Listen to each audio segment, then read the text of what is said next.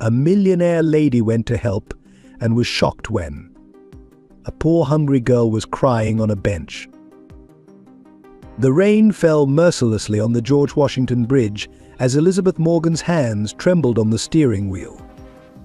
Her heart pounded against her chest as she spotted a familiar figure standing at the edge, her daughter Sarah, her dark hair whipping in the wind, her slim form barely visible through the downpour.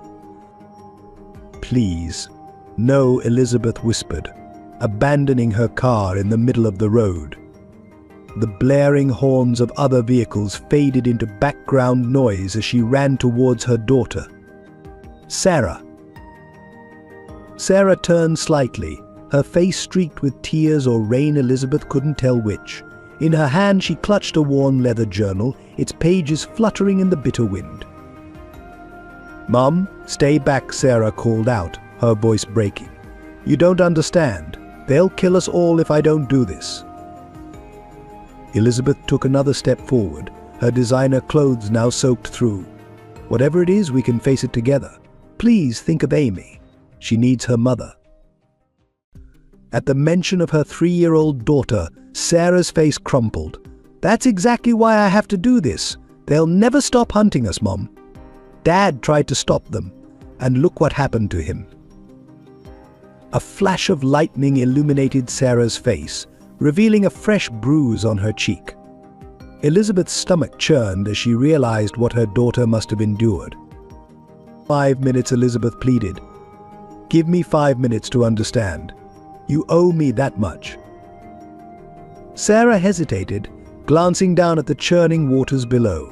In that moment of uncertainty, a black SUV screeched to a halt on the bridge. Men in dark suits emerged, and Elizabeth saw pure terror flash across her daughter's face. "They're here," Sarah whispered. Then, with movements too quick to follow, she thrust the journal into Elizabeth's hands. "Keep Amy safe. Don't trust Richard Thompson. The truth is in here." Before Elizabeth could react, Sarah turned and threw something else into the river, something that glinted in the lightning. Then she faced her mother one last time, tears streaming down her face. "I love you, Mom. Tell Amy I love her too." "Sarah, no." But Sarah had already stepped back, disappearing into the darkness and rain. Elizabeth lunged forward, her scream lost in a crack of thunder. The men from the SUV rushed past her to the edge, their shouts mixing with the storm. But Sarah Morgan was gone, leaving behind only a leather journal and a mother's shattered heart. The Morgan estate stood as a testament to generations of power and influence in New York City's elite circles.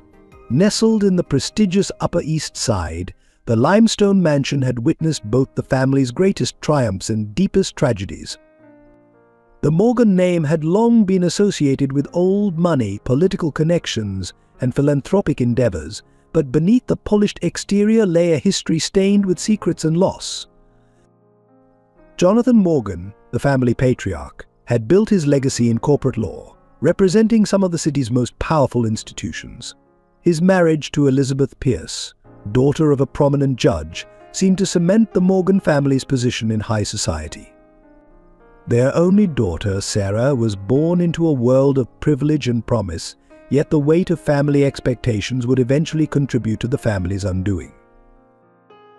The first cracks in the Morgan facade appeared when Jonathan began investigating irregularities in his firm's biggest client accounts. What started as routine due diligence evolved into an obsession that consumed him. Elizabeth watched helplessly as her husband retreated into his study for hours, emerging only to make cryptic phone calls or attend mysterious meetings. The strain began to show in their marriage, but Jonathan insisted the work he was doing was vital. Sarah, a sensitive child who inherited her father's sharp mind and her mother's beauty, grew up in an increasingly tense household. She excelled academically at her prestigious private school, but struggled with the pressure of maintaining the perfect image expected of a Morgan. While Elizabeth threw herself into charity work and social obligations, Sarah found solace in art and literature, often retreating to the family library where she would spend hours reading about justice and moral philosophy.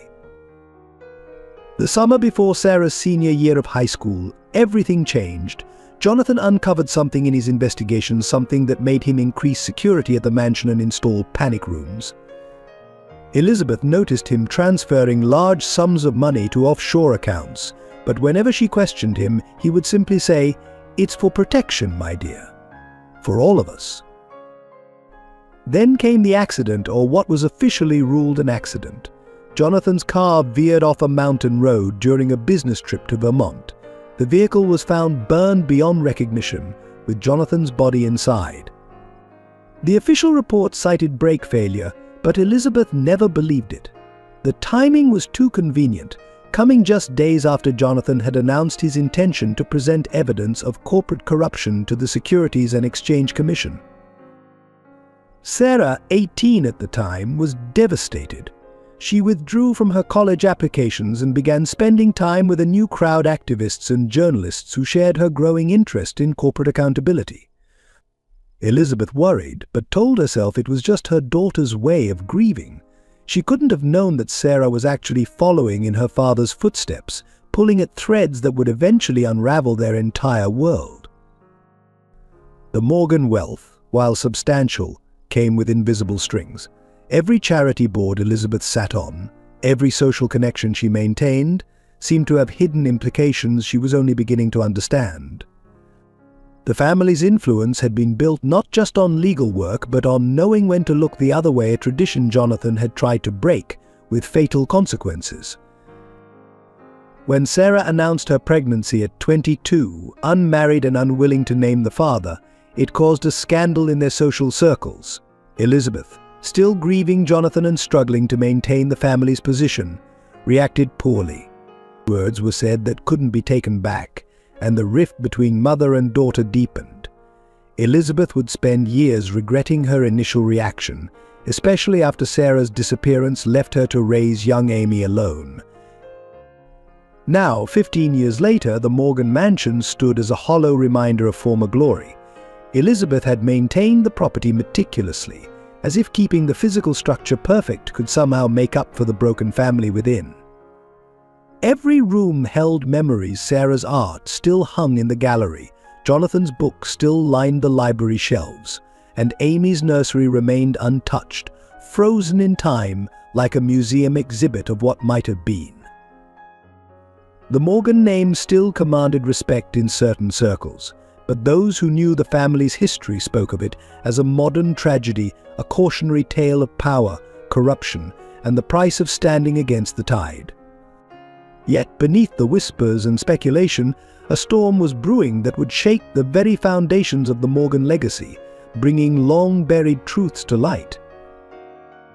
The night Sarah Morgan disappeared was etched into Elizabeth's memory like a scar that refused to heal. It was a stormy October evening, much like the night Jonathan died. Sarah had been acting strangely for weeks, making cryptic phone calls and constantly checking over her shoulder. 3-year-old Amy was asleep upstairs, oblivious to the tension that filled the mansion. Elizabeth remembered their final conversation with painful clarity. Sarah had burst into the study, clutching a manila envelope and looking terrified. "Mom, I found something in Dad's old files. This goes deeper than we thought. The people he was investigating, they're everywhere, in every major corporation, every level of government." But Elizabeth, exhausted from years of conspiracy theories and Sarah's increasing paranoia, had dismissed her concerns. "Enough, Sarah. Your father's death was an accident. This obsession isn't healthy for you or Amy." The words had barely left her mouth when Sarah's phone rang. The color drained from her face as she listened to the caller. "They know," was all Sarah said before rushing upstairs to Amy's room. Elizabeth followed, watching in confusion as her daughter kissed her sleeping child goodbye, tears streaming down her face. "Mom, promise me you'll protect her. Promise me you'll keep her safe." Before Elizabeth could respond, Sarah had disappeared into the night. The police investigation that followed was cursory at best. Sarah Morgan was an adult who had left of her own accord, they said. There were no signs of foul play. But Elizabeth knew better. She hired private investigators, offered rewards, and used every connection the Morgan name could command. Yet Sarah had vanished without a trace, as if she'd never existed. The media circus was relentless. Morgan Harris, abandoned child, screamed the tabloid headlines. Society gossips whispered about mental illness, drug addiction, or a secret lover.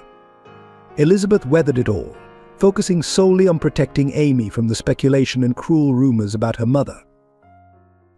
Richard Thompson, Jonathan's oldest friend and the family's lawyer, became their staunchest ally.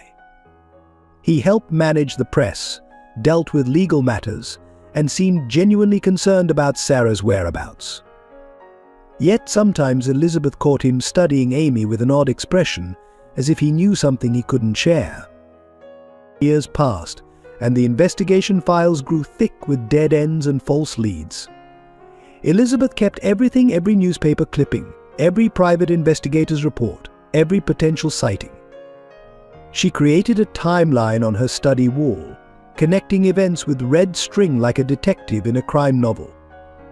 Sarah's disappearance had to be connected to Jonathan's death. The timing was too perfect to be coincidence. The most maddening part was the series of small incidents that followed Sarah's disappearance. Anonymous deposits appeared in Amy's college fund. Birthday cards arrived for the child with no return address, containing quotes from Sarah's favorite books. Once, Elizabeth could have sworn she saw Sarah in a crowd at Amy's school play, but when she rushed outside, the woman had vanished. The worst moments were the holidays. Every Christmas, Elizabeth would set an extra place at the table, hoping against hope that this would be the year Sarah returned.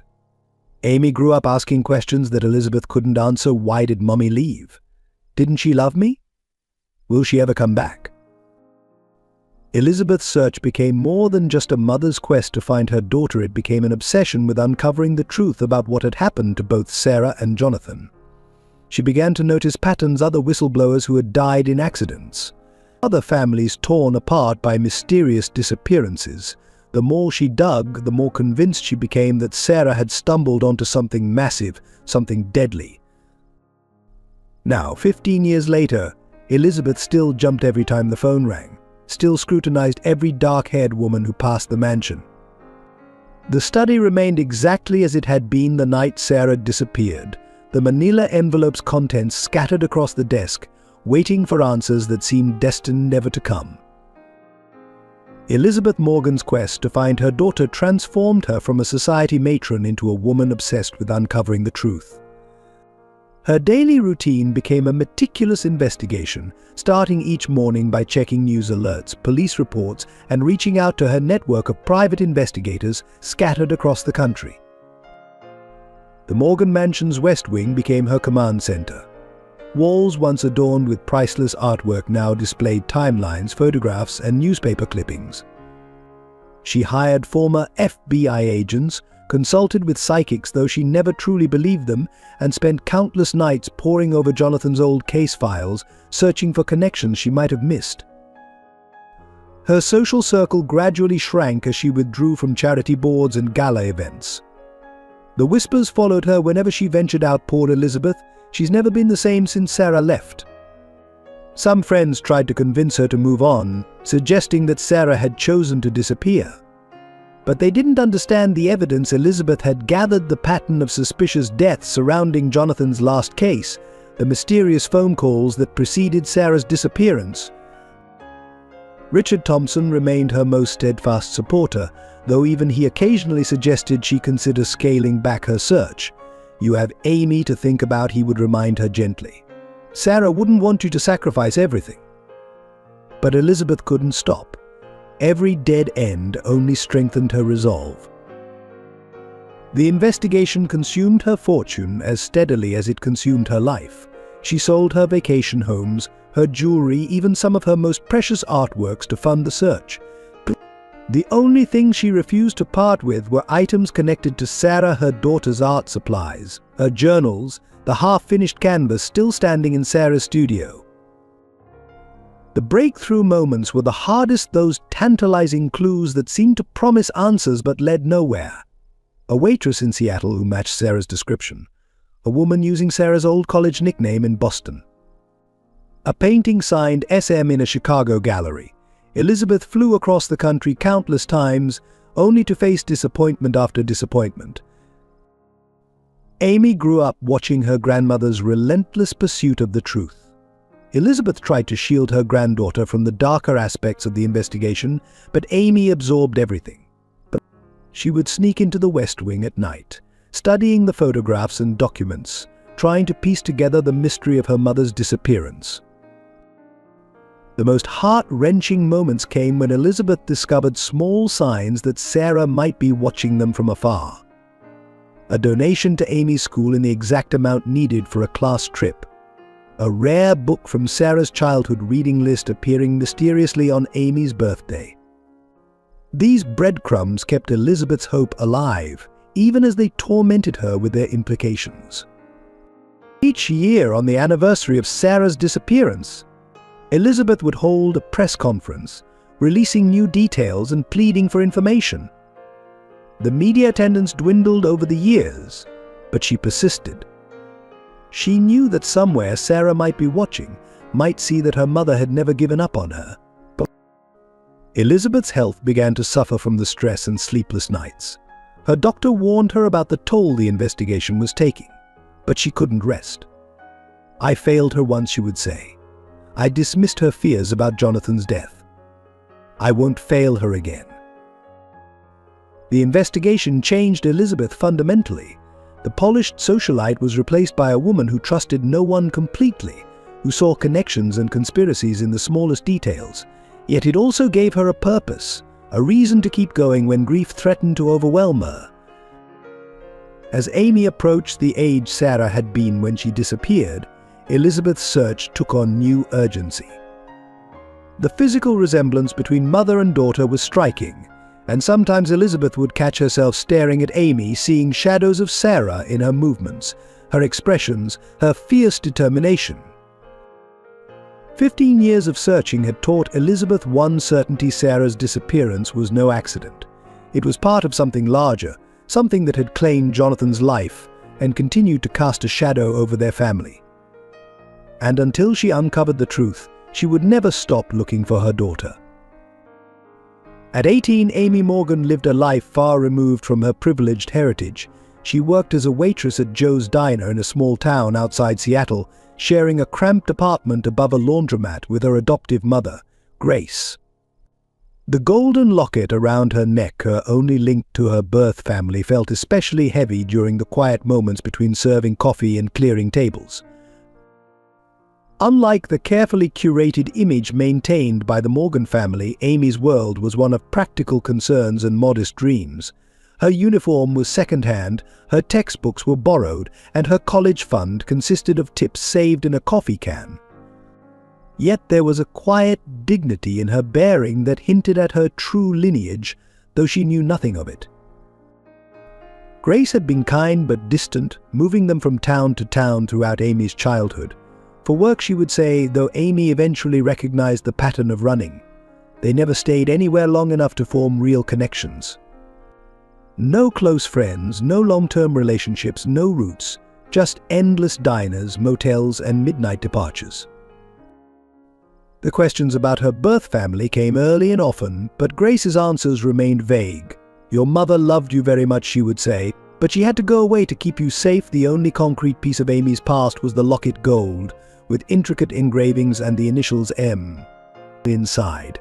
Amy spent countless nights tracing those letters, wondering about the woman who had given her up. Despite the instability of her upbringing, or perhaps because of it, Amy developed a fierce determination to succeed. She worked double shifts to save for community college, studied during her breaks, and taught herself everything she could from borrowed library books. Her favorite subjects were law and justice. Something about the pursuit of truth resonated deeply within her. The locals at Joe's Diner knew her as the quiet girl with the old soul. She listened to their stories, remembered their usual orders, and occasionally shared her dreams of becoming a lawyer. What she never shared were her nightmares, fragments of memories from early childhood: a woman's tearful goodbye, the sound of rain on windows, and an overwhelming sense of loss. Recently, Grace had grown more agitated, checking the windows constantly and insisting Amy vary her route to work. The old fear had returned to her adoptive mother's eyes, the same look that always preceded their hasty relocations. But this time, Amy was determined not to run. She had a life here, meager as it was, and she was tired of living in shadows. Strange incidents had begun to multiply.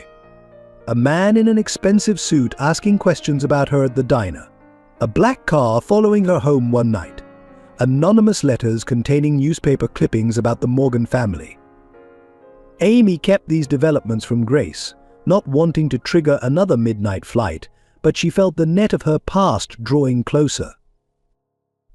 The most unsettling moment came when she found a recent photograph of Elizabeth Morgan in one of the articles. The resemblance to her own reflection was startling. The same high cheekbones, the same determined set of the jaw. Amy spent hours studying that photo, trying to reconcile the elegant woman in designer clothes with her own working-class existence. There was a resilience to Amy that went beyond mere survival. She carried herself with a quiet strength, facing each day with determination rather than resignation. Her customers often remarked on her grace under pressure, never knowing that this composure came from years of adapting to sudden changes and unspoken dangers.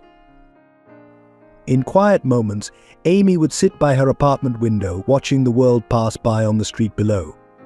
She kept a journal, filling it with questions about her past and dreams of her future. The last entry, written the night before everything changed, read, "Sometimes I feel like I'm living someone else's life in reverse, moving from wealth to poverty, from belonging to exile. But maybe that's not the whole story. Maybe it's time to stop running and start searching for answers instead." Little did Amy know how prophetic those words would prove to be, or how soon her carefully constructed world would begin to unravel.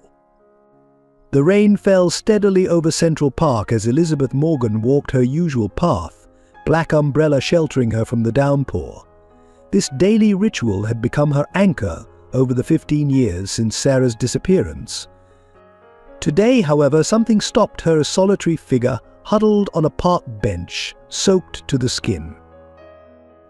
The girl couldn't have been more than 18, wearing a waitress uniform and clutching a worn backpack. Something about her posture, the way she held herself even in despair, made Elizabeth's heart stop. The resemblance was uncanny, like looking at a photograph of Sarah at that age. "Are you all right, dear?" Elizabeth asked, approaching carefully. When the girl looked up, Elizabeth nearly dropped her umbrella. The same eyes, the same delicate features that had haunted her dreams for 15 years. I don't know where else to go," the girl whispered, her voice trembling. "My adoptive mother disappeared 3 days ago. She left a note telling me to find Elizabeth Morgan. Said it was time I knew the truth." Elizabeth's hands shook as she noticed the golden locket around the girl's neck, Sarah's locket, the one she'd been wearing the night she vanished. Amy, the name escaped her lips like a prayer. The girl's eyes widened. "How do you know my name?" Elizabeth sank onto the bench beside her, regardless of the rain. "Because I've been searching for you for 15 years. I'm Elizabeth Morgan, and I'm your grandmother." The drive back to the mansion was filled with a tense silence. Amy sat rigid in the passenger seat, her wet clothes soaking into the leather upholstery, but Elizabeth couldn't care less about the car. Her mind raced with questions about Grace, about the timing, about the dangers that might have resurfaced. But as they pulled through the mansion's gates, Amy gasped. The grandeur of the Morgan estate clearly overwhelmed her. "I've seen this place before," she whispered. "In my dreams, I think. The gardens, the fountain." Inside, Elizabeth's housekeeper rushed to bring towels and hot tea, fussing over Amy's sodden state. Elizabeth led her to the library, the room where Sarah had spent so much time. Amy's eyes were drawn immediately to the portrait above the fireplace, Sarah at 16, her smile bright and unfettered by the burdens that would come later. "That's my mother, isn't it?" Amy's voice cracked. Grace always said she had to leave to protect me. From what? What happened to her? Elizabeth took a deep breath, studying her granddaughter's face. The weight of 15 years of investigation, of secrets and dangers pressed down on her. How much should she reveal? How much would put Amy in danger? Before I answer, Elizabeth said carefully, "Tell me about Grace's disappearance. What exactly did she say in her note?" Amy pulled a crumpled paper from her backpack. "Just this, they found us. Go to Elizabeth Morgan in New York. It's time you knew the truth about your mother, about everything. Don't trust anyone else. I'm sorry I couldn't protect you better." Elizabeth's blood ran cold. The same phrase "they found us" Sarah had used that final night. This was no coincidence. The wheels that had been set in motion 15 years ago were turning again.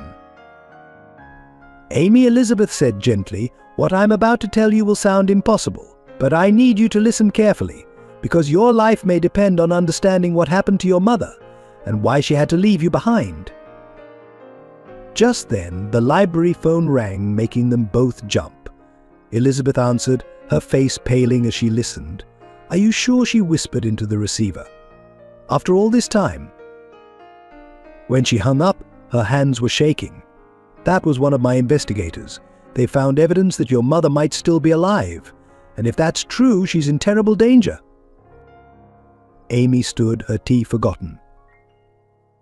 "Then we have to help her. We have to." "It's not that simple," Elizabeth interrupted. "The people who forced her into hiding, who killed your grandfather, they're powerful, connected.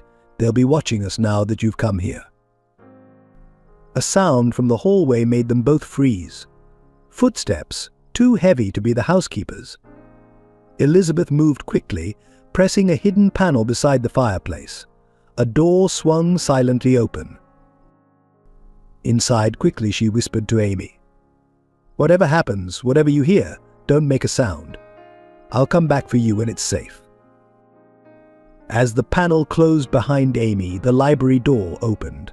Richard Thompson stood there, his usual polished appearance somewhat disheveled. "Elizabeth," he said, his voice urgent, "we need to talk about Sarah. There's something you need to know." From her hiding place behind the panel, Amy could hear the muffled conversation between Elizabeth and the man called Richard Thompson. Her fingers instinctively reached for the locket around her neck, a habit formed over years of uncertainty. As she held it, her thumb traced the intricate engravings she knew by heart. In the library, Elizabeth maintained her composure despite the tension coursing through her. "What about Sarah?" Richard, she asked, carefully positioning herself between the hidden panel and her old friend. Richard's eyes darted around the room. "There's been activity on one of Jonathan's old offshore accounts. Someone using Sarah's childhood code name made a withdrawal." He paused, noticing the fresh tea service. "Do you have company?" Before Elizabeth could respond, a small clink echoed from behind the panel, the sound of Amy's locket chain catching on a nail. Richard's head snapped toward the sound, his expression changing from concern to something darker. "The locket," he said quietly. "She's here, isn't she?" "Amy's here." Elizabeth felt her world tilt. "How do you know about the locket?" "Because I was there the day Jonathan had it made," Richard replied, moving closer to the fireplace. "A unique piece, commissioned for Sarah's 18th birthday. White gold, with a hidden compartment behind the initials. Inside, there's a microfilm with account numbers that could expose everything." Elizabeth's mind raced. All these years, she had thought the locket was merely a sentimental piece of jewelry. Sarah never mentioned. She didn't know, Richard interrupted. Jonathan never told her what he hid in there. It was his insurance policy, his way of protecting the family if anything happened to him. Behind the panel, Amy's fingers trembled as she examined the locket more carefully. There was indeed a tiny seam she had never noticed before, nearly invisible unless you knew where to look. "The question is," Richard continued, his voice hardening, "how did Amy end up with it?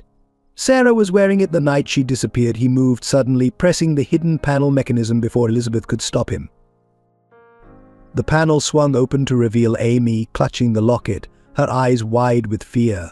Richard's face softened at the sight of her. "My God, you look just like her." Elizabeth stepped between them. "Amy, don't let him near that locket. Richard, I think it's time you told us exactly what you know about Sarah's disappearance." "Everything I did was to protect this family," Richard said, his voice strained. "When Jonathan discovered what was happening at the firm, the corruption, the money laundering, he wanted to expose it all. I tried to warn him what would happen." "The car accident," Elizabeth whispered. "You knew it wasn't an accident." Richard's expression was pained. "I tried to convince him to let it go. When he wouldn't, I thought I could at least protect Sarah and Amy.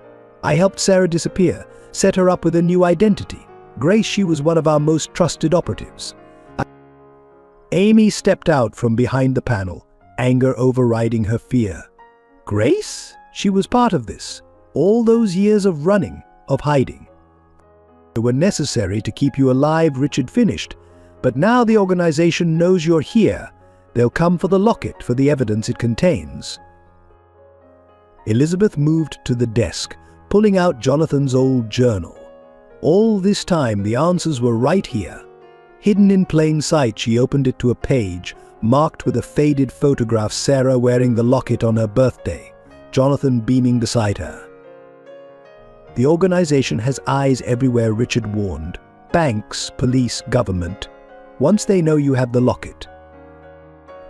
A crash from downstairs interrupted him.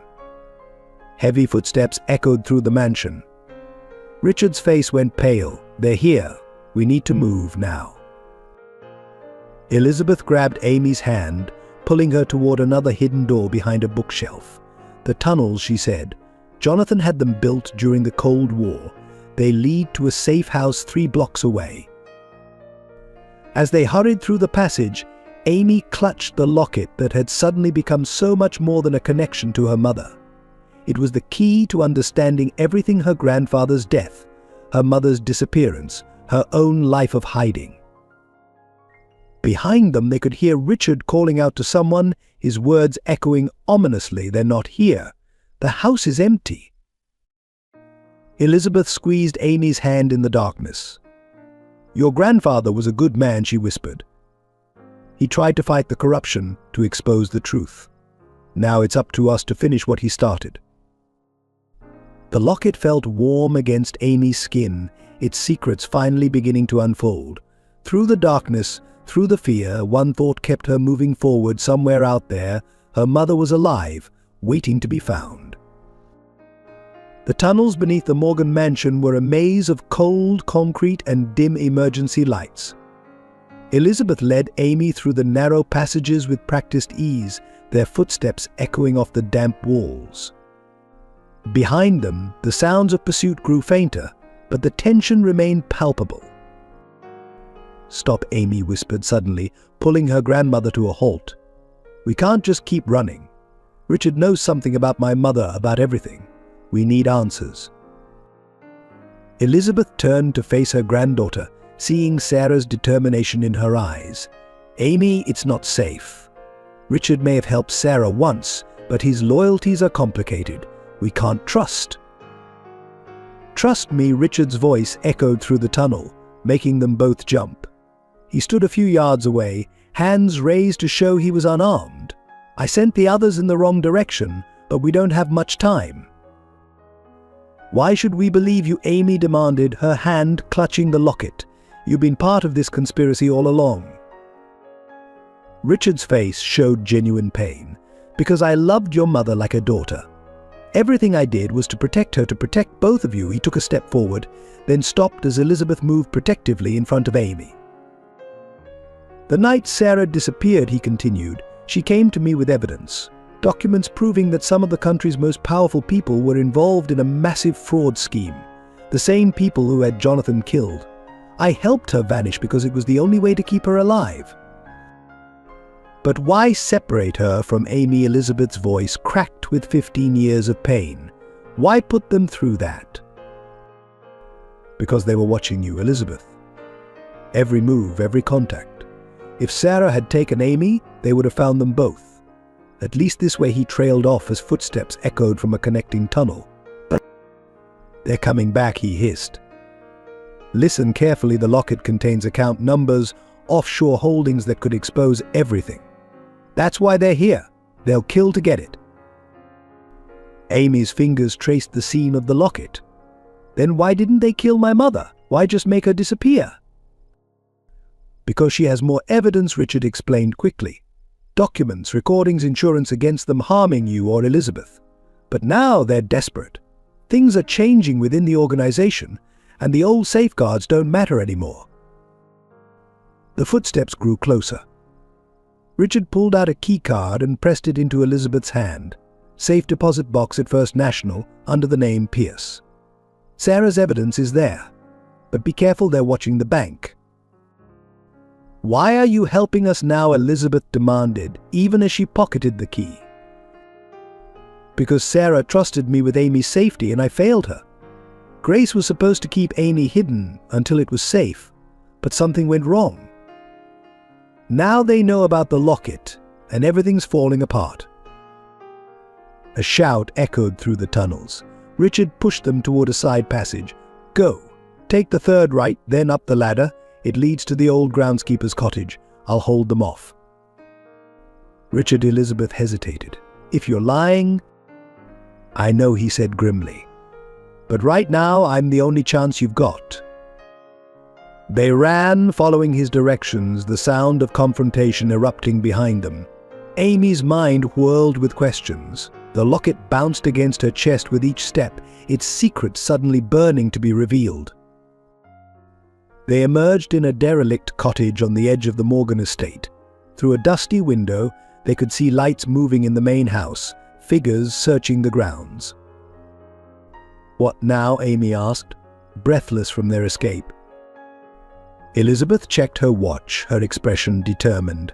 Now we find out what's in that safe deposit box. But first she turned to her granddaughter, eyes fierce with protective love. I need you to understand something. From this moment on, we're in this together. No more secrets, no more running. We find Sarah and we end this, all of it. Amy nodded, feeling the weight of her grandfather's legacy, her mother's sacrifice, and her own destiny converging in this moment. The locket felt warm against her skin, no longer just a connection to her past, but a key to her future. Outside, a car engine roared to life. Through the window, they watched a black SUV speed away from the mansion. Richard's voice echoed in their minds. They're watching the bank. Elizabeth squared her shoulders, looking more like the formidable force she'd once been in New York society. We need a plan. The bank opens in 6 hours, and you can bet they'll be waiting. Amy met her grandmother's gaze, a slow smile spreading across her face. Then let's give them something to watch. Dawn was breaking over New York City as Elizabeth and Amy approached First National Bank. They had spent the night preparing, transforming Amy's appearance with clothes from Elizabeth's closet and hair dye from an all-night pharmacy. But now she looked every inch the Morgan Harris, dressed in tailored clothes that could have belonged to her mother. Remember the plan? Elizabeth murmured as they crossed the marble lobby. We're here about my late husband's estate. Just another wealthy family handling their affairs.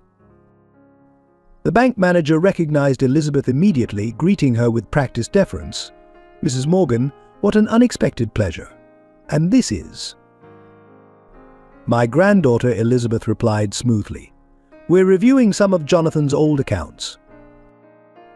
Amy watched their reflections in the polished surfaces of the bank, noting the man in a business suit who had followed them inside, pretending to fill out deposit slips. Another suit lingered by the entrance. They were being watched, just as Richard had warned. The safe deposit vault was cool and quiet, their footsteps echoing off marble floors. As the manager unlocked the gate, Amy's heart pounded. This was where they would finally find answers or walk into a trap. The box itself was larger than expected. Elizabeth's hands trembled slightly as she inserted Richard's key alongside the bank's. Inside they found stacks of documents, computer drives, and a sealed envelope addressed to Sarah in case of emergency. "We need to photograph everything," Elizabeth whispered, pulling out her phone. Quickly before the vault door clanged shut. Through the gate, they could see the bank manager walking away, speaking into a phone. The man in the business suit had positioned himself near the entrance, watching them with cold eyes. "They're going to trap us in here," Amy realized, but Elizabeth was already moving, pulling documents from the box and stuffing them into her handbag. "Your grandfather had a contingency for everything," she said, pressing against a seemingly solid wall panel. It clicked, revealing a narrow maintenance corridor, including a way out of this vault. They slipped through just as voices approached the vault. The corridor was dusty and unused, clearly part of the bank's original construction. Elizabeth led them through a maze of passages, eventually emerging in an adjacent building's basement. "How did you know about this?" Amy asked as they hurried through the basement. "Jonathan showed me once," Elizabeth replied. "Said it was a remnant from Prohibition days. I never thought I'd actually need to use it." In a quiet alley behind the building, they finally examined their findings. The documents revealed a web of corruption far more extensive than they had imagined.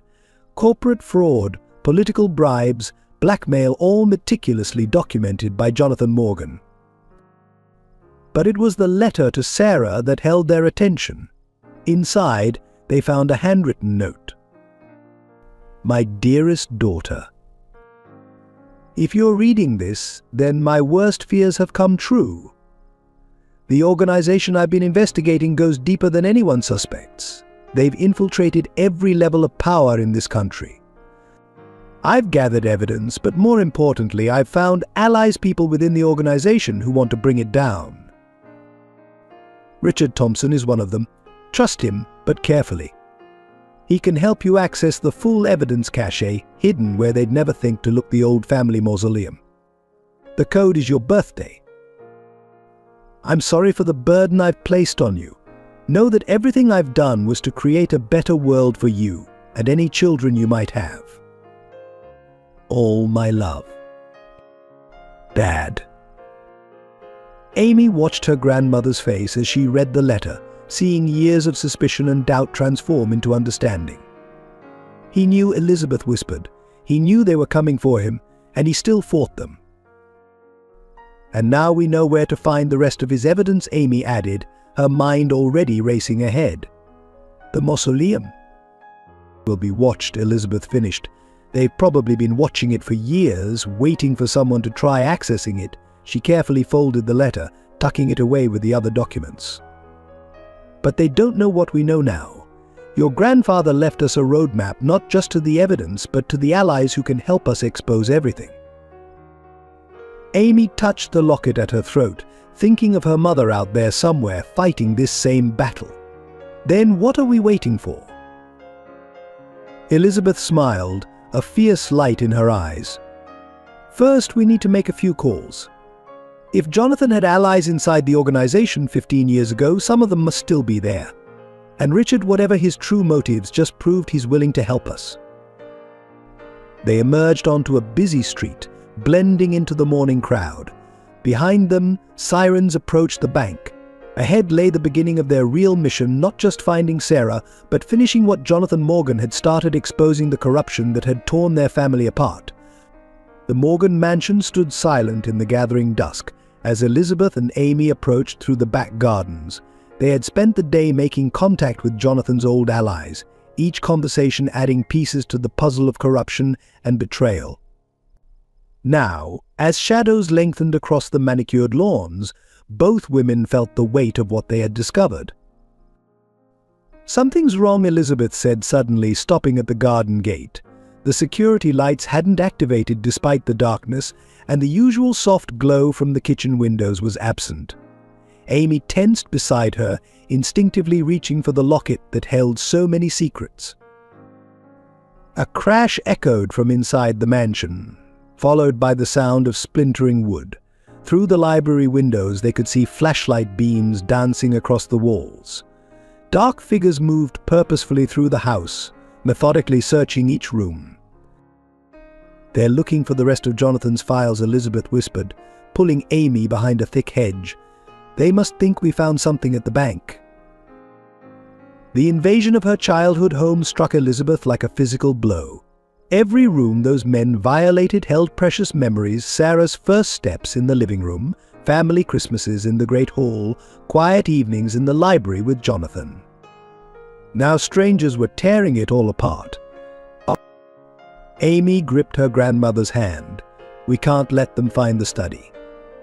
The hidden compartments are already compromised." The voice behind them was barely a whisper, but both women nearly jumped out of their skin. Richard Thompson emerged from the shadows, his usually immaculate appearance disheveled. "They brought in someone who knows the house's secrets. We need to move now." Before they could respond, the mansion's front doors burst open.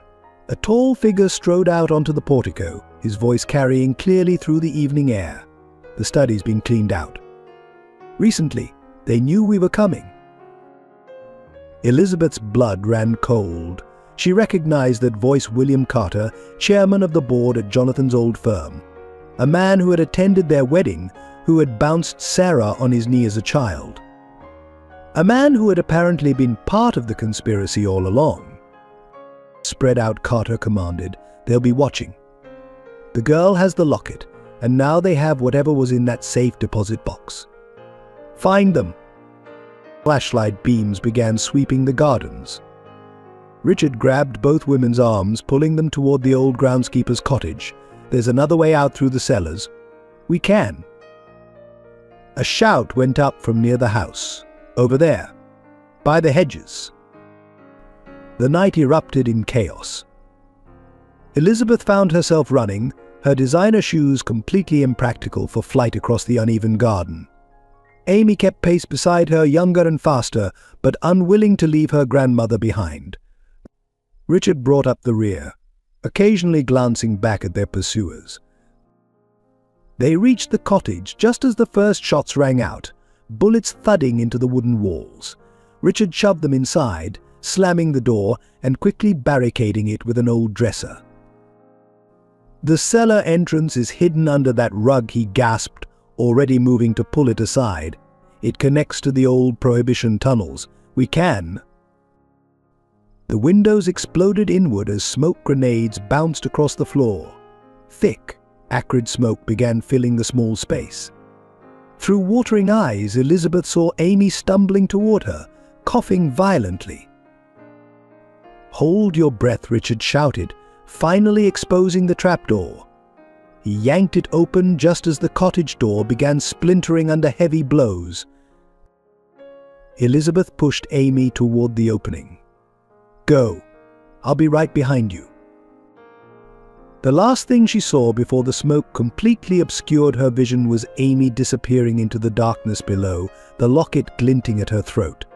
Then rough hands grabbed Elizabeth from behind, a cloth pressed against her face. The world began to fade. Her last conscious thought was a prayer that Amy would keep running, that she would find Sarah, that the Morgan women would survive this night and finally bring the truth to light. When Elizabeth began to regain consciousness, she was aware of movement, the subtle vibration of a vehicle in motion. Her hands were bound, and the air smelled of leather and expensive cologne. A voice she recognized was speaking quietly nearby. "We have the grandmother. The girl escaped with Thompson, but they won't get far. More importantly, did you find the files?" The response was muffled, indistinct. Then William Carter's voice again: "Keep searching. Whatever Jonathan Morgan hid in that house, whatever evidence he gathered, we need to find it before they can use it." Elizabeth kept her eyes closed, her mind racing. Amy was safe, at least for now. And as long as her granddaughter remained free, there was hope. Because Elizabeth Morgan had one final secret, one that even Richard didn't know the true meaning of the code in Jonathan's letter. The darkness in the underground tunnel was absolute as Amy stumbled forward, her heart pounding against her ribs. Behind her, the sounds of struggle and chaos from above grew fainter. She fought the urge to turn back for Elizabeth, Richard's urgent whispers driving her forward. "Keep moving," he hissed, his hand firmly guiding her through the pitch-black passage. "Your grandmother knew the risks. She bought us time, we can't waste it." The tunnel was narrow, its walls slick with moisture. Their footsteps echoed ominously, each sound making Amy flinch. She could taste the smoke from the grenades in the back of her throat, feel the sting in her eyes. The locket bounced against her chest with every step, a constant reminder of what was at stake. "Where does this tunnel lead?" she managed between breaths. "To an old speakeasy cellar 3 blocks away. From there we can access the city's maintenance tunnels." Richard's voice was tight with tension. "But they know about most of these passages. We need to move quickly." Suddenly, distant voices echoed through the tunnel behind them. Flashlight beams began to pierce the darkness. They had found the trapdoor. "Run!" Richard pushed Amy ahead of him. They sprinted through the darkness, hands trailing along the damp walls for guidance. Amy's foot caught on an unseen obstacle, sending her sprawling. The locket swung free from her neck, clattering onto the stone floor. "Leave it," Richard urged as she scrambled to find it in the dark. No, Amy's fingers frantically searched the ground. "It's the key to everything we can't." The flashlight beams grew brighter. Voices echoed closer down here. They went this way. Amy's hand closed around the locket, just as Richard yanked her to her feet. They ran on, lungs burning, the pursuit growing closer with each step. The tunnel began to slope upward, the air becoming fresher. "Almost there," Richard gasped. "When we reach the cellar, there's a hidden door behind some old wine racks. Once through, we can collapse the entrance behind us." The tunnel opened into a larger space, the speakeasy cellar.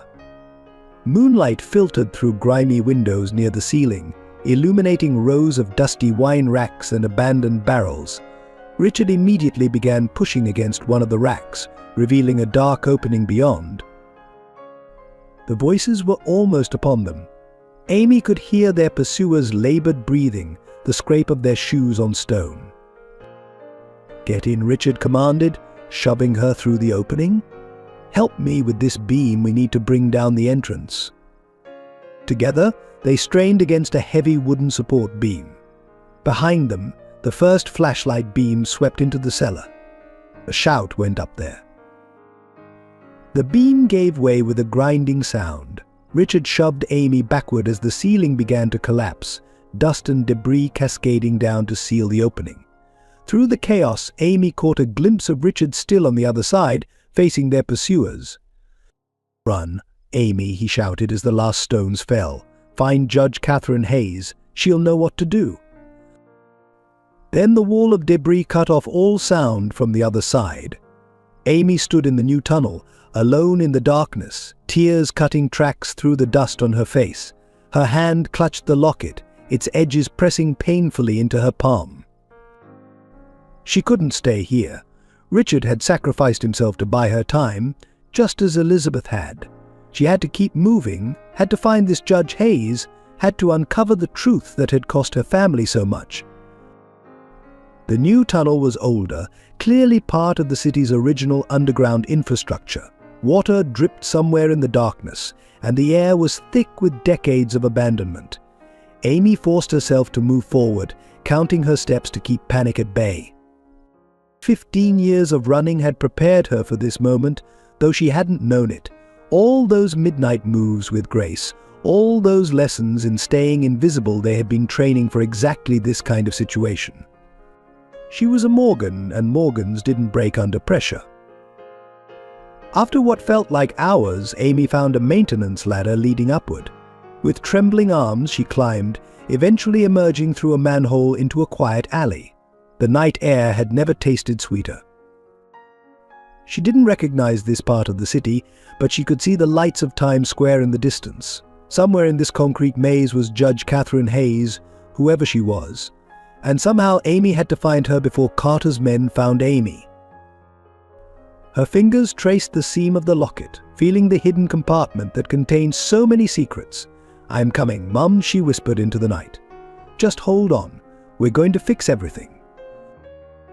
With one last look at the manhole cover, Amy stepped out of the alley and into the bustling New York night, just another shadow among millions. She had a name, she had the locket, and she had a purpose. It would have to be enough. Finding Judge Catherine Hayes proved easier than Amy expected, and that made her nervous. The judge's office was in the federal courthouse, a massive stone building that seemed to touch the clouds. Amy stood across the street watching people come and go, trying to gather her courage. Her appearance was a mess, clothes dirty from the tunnel, hair matted with dust and sweat. But she couldn't wait to clean up. Every minute Elizabeth spent in Carter's custody was another minute too long. The security guard at the entrance gave her a suspicious look but didn't stop her. Amy found herself in a marble hallway, following signs to Judge Hayes's chambers. Her heart pounded with each step. What if this was a trap?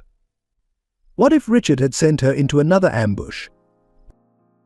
The judge's secretary looked up as Amy entered the outer office.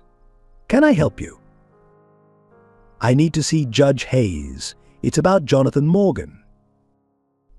The effect was immediate. The secretary's pleasant expression froze, then she quickly pressed a button on her desk. The inner office door opened, revealing a tall woman in her 60s, with steel grey hair and penetrating blue eyes. Inside, Judge Hayes commanded, her voice leaving no room for argument. "Quick now." Once the door was closed, the judge's stern demeanor softened slightly. She studied Amy's face intently. "My God, you look just like Sarah. I should have known this day would come." Amy's hand went to the locket. "You knew my mother." "Knew her?" "I was there the day she was born." The judge moved to her desk, pressing a hidden button that closed the external blinds. "Jonathan was my oldest friend. When he started uncovering the corruption, I was the first person he came to." "Then you know about the organization?" "About what they did to my grandfather." "I know everything, child. I've spent 15 years gathering evidence, building a case that could withstand their influence. But we could never move forward without proof of the original conspiracy, proof that your grandfather hid somewhere before they killed him." Amy's fingers worked at the locket's hidden catch. "You mean this?" The compartment sprung open, revealing a tiny microfilm canister. Judge Hayes's breath caught. After all these years, she reached for it, but Amy pulled back. "First, tell me about my mother. Is she alive?" The judge's eyes filled with unexpected tears. "Yes, and she's been fighting them all this time, just like I have, just like your grandmother has." "Then help me save them both," Amy pleaded. "Elizabeth's been taken, and Richard Thompson is exactly where he needs to be." The judge interrupted. "Richard's been our man on the inside since Jonathan's death. Right now he's making sure they don't harm Elizabeth while we put the final pieces in place." She moved to a painting on the wall, swinging it aside to reveal a safe. "What's in that microfilm, combined with what we've gathered over the years, will be enough to bring down their entire operation. But we have to move fast." The judge withdrew a thick file from the safe. "Your mother is waiting at a safe house upstate. I can take you to her, but first." A commotion erupted in the outer office. The secretary's voice was raised in protest, then cut off abruptly. Heavy footsteps approached the door. Judge Hayes moved with surprising speed, grabbing Amy's arm and pulling her toward a concealed panel in the wood-paneled wall. "Your grandfather wasn't the only one who believed in secret passages," she whispered, pushing Amy through the opening. "Take these files. Get to the safe house. Your mother will know what to do." "But what about you?" The judge's smile was fierce. "I'm a federal judge, my dear. Let them try to explain what they're doing in my chambers without a warrant. Now go." The panel closed just as the office door burst open. Amy heard the judge's voice, stern and commanding. What is the meaning of this intrusion? Through the wall, she could hear William Carter's smooth reply, "My apologies, Your Honor. We're looking for a fugitive, a young woman who may have come this way. The only person who's come through my door today is my secretary, and you seem to have assaulted her. Shall I call security, Mr. Carter? Or perhaps the FBI?" Amy clutched the files to her chest, moving carefully through the narrow passage. The judge's voice faded behind her, still projecting authority and indignation. Ahead, a faint light marked another exit. She emerged into a service corridor, then followed the judge's hurried directions through the courthouse's back passages. Within minutes, she was on the street again, the precious files hidden under her jacket, the locket secure around her neck. Her mother was alive. The thought kept repeating in her mind as she hailed a taxi. After 15 years of questions and longing, she was finally going to see her mother again. But first, they had to save Elizabeth and end this conspiracy once and for all. The safe house was a modest cabin nestled in the Catskill Mountains, surrounded by dense forest. As the taxi dropped Amy off at the end of the long gravel driveway, the sun was setting behind the peaks, casting long shadows across the wilderness. Her heart thundered in her chest with each step toward the cabin. Light glowed warmly from within, and smoke curled from the chimney. Someone was waiting inside. After 15 years of wondering, of imagining this moment, Amy found her feet frozen on the front porch. Her hand hovered over the doorknob, trembling. Before she could knock, the door opened. A woman stood there, haloed by the warm light from inside. She was thinner than in the photographs, with strands of grey in her dark hair, but her eyes, Amy's eyes, were exactly the same. "Amy," Sarah Morgan whispered, her voice breaking on that single word. Time seemed to stop. All the prepared speeches, all the questions Amy had rehearsed over the years vanished. Instead, she fell into her mother's arms, both of them crying too hard to speak. They clung to each other as if making up for 15 years of missed embraces. "I'm so sorry," Sarah kept whispering into her daughter's hair. "I'm so sorry I had to leave you. It was the hardest thing I've ever done." Finally, they pulled apart enough to study each other's faces. Sarah's hands cupped Amy's cheeks, thumbs wiping away tears. "You've grown so beautiful. I've watched you from afar when I could, but it was never enough." "You were there," Amy's voice cracked. "All those years." Sarah nodded, leading her daughter inside to the warmth of the fire. "Whenever it was safe. I saw your school plays, your graduation. I was there the day you won the essay contest in 8th grade. Always hiding, always having to leave before anyone noticed me." Amy touched the locket at her throat. "And Grace, was she working with you?" "Grace was my closest friend from college. When I uncovered what the organization had done to your grandfather, she helped me disappear. She agreed to raise you, to keep you safe while I gathered evidence." Sarah's eyes filled with fresh tears. I knew they would watch Mom Elizabeth, but they never suspected Grace. "Until now," Amy said quietly. "She disappeared 3 days ago." Sarah's face paled. "Tell me everything." As Amy recounted the events of the past few days, finding Elizabeth, discovering the locket's secret, the attack on the mansion, Sarah listened intently, her expression growing more concerned. "They're moving faster than we expected," she said when Amy finished. "William Carter must be getting desperate," she stood, pacing the small cabin. "We need to get your grandmother back before." "Before what?" Amy demanded. "Mom, no more secrets, please." Sarah sank back down beside her daughter, taking her hands. "Carter and his associates. They're planning something big, a financial manipulation that could destabilize the entire economy. Your grandfather discovered their plans 15 years ago, but he could never prove it. Now they're ready to execute. And they need to eliminate anyone who might stop them. That's why they took Elizabeth? Because she knew too much." No, Sarah said softly. They took her to draw me out. They knew I'd never let anything happen to her, or to you. She squeezed Amy's hands. But they didn't count on you being so much like your grandfather. Smart, determined, unwilling to back down from a fight. Amy withdrew the files Judge Hayes had given her. Then let's use that. These files, combined with what's in the locket, we can expose everything. Sarah's eyes lit up as she examined the documents. Catherine came through. With this evidence, she looked up at her daughter, a fierce pride shining in her eyes. We can end this. Tonight. But it will be dangerous. I don't care, Amy said firmly. We've all lost too much to back down now. 15 years, Mom. 15 years of running and hiding and wondering. It's time to stop. Sarah pulled her daughter close again, breathing in the scent of her hair. When did you get so brave? I had good examples, Amy whispered, even when I didn't know it. They sat together by the fire, mother and daughter reunited, planning their next moves. Outside, the mountain night grew darker, but inside the cabin, hope burned bright.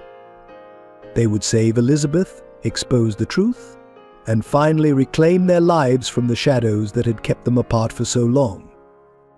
The dawn found Sarah and Amy hunched over the dining table in the cabin, surrounded by documents spread out like pieces of an enormous puzzle.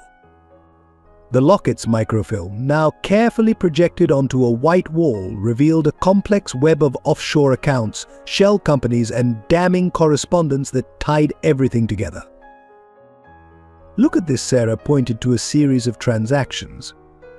Carter and his associates have been siphoning money from pension funds, manipulating market prices, all building to something massive. She traced a pattern of dates with her finger. And here the same pattern that preceded your grandfather's death. Amy studied a photograph from Judge Hayes's files, a younger William Carter shaking hands with her grandfather at a charity gala. How did they hide this for so long? Money buys silence, Sarah replied, her voice bitter. And fear does the rest. Anyone who got too close either disappeared or had a convenient accident. She paused, touching a worn newspaper clipping about Jonathan Morgan's fatal car crash. Until now. A knock at the door made them both freeze. Sarah moved silently to a window, then relaxed. It's Richard.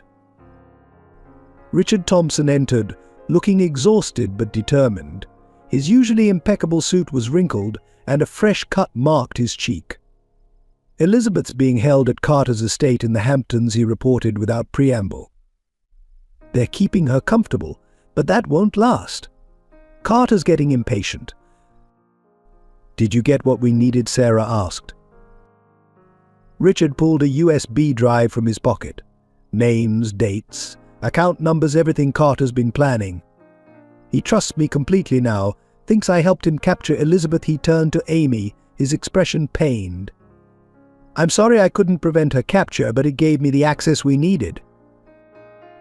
Amy watched her mother and Richard exchange knowing looks. How long have you two been working together?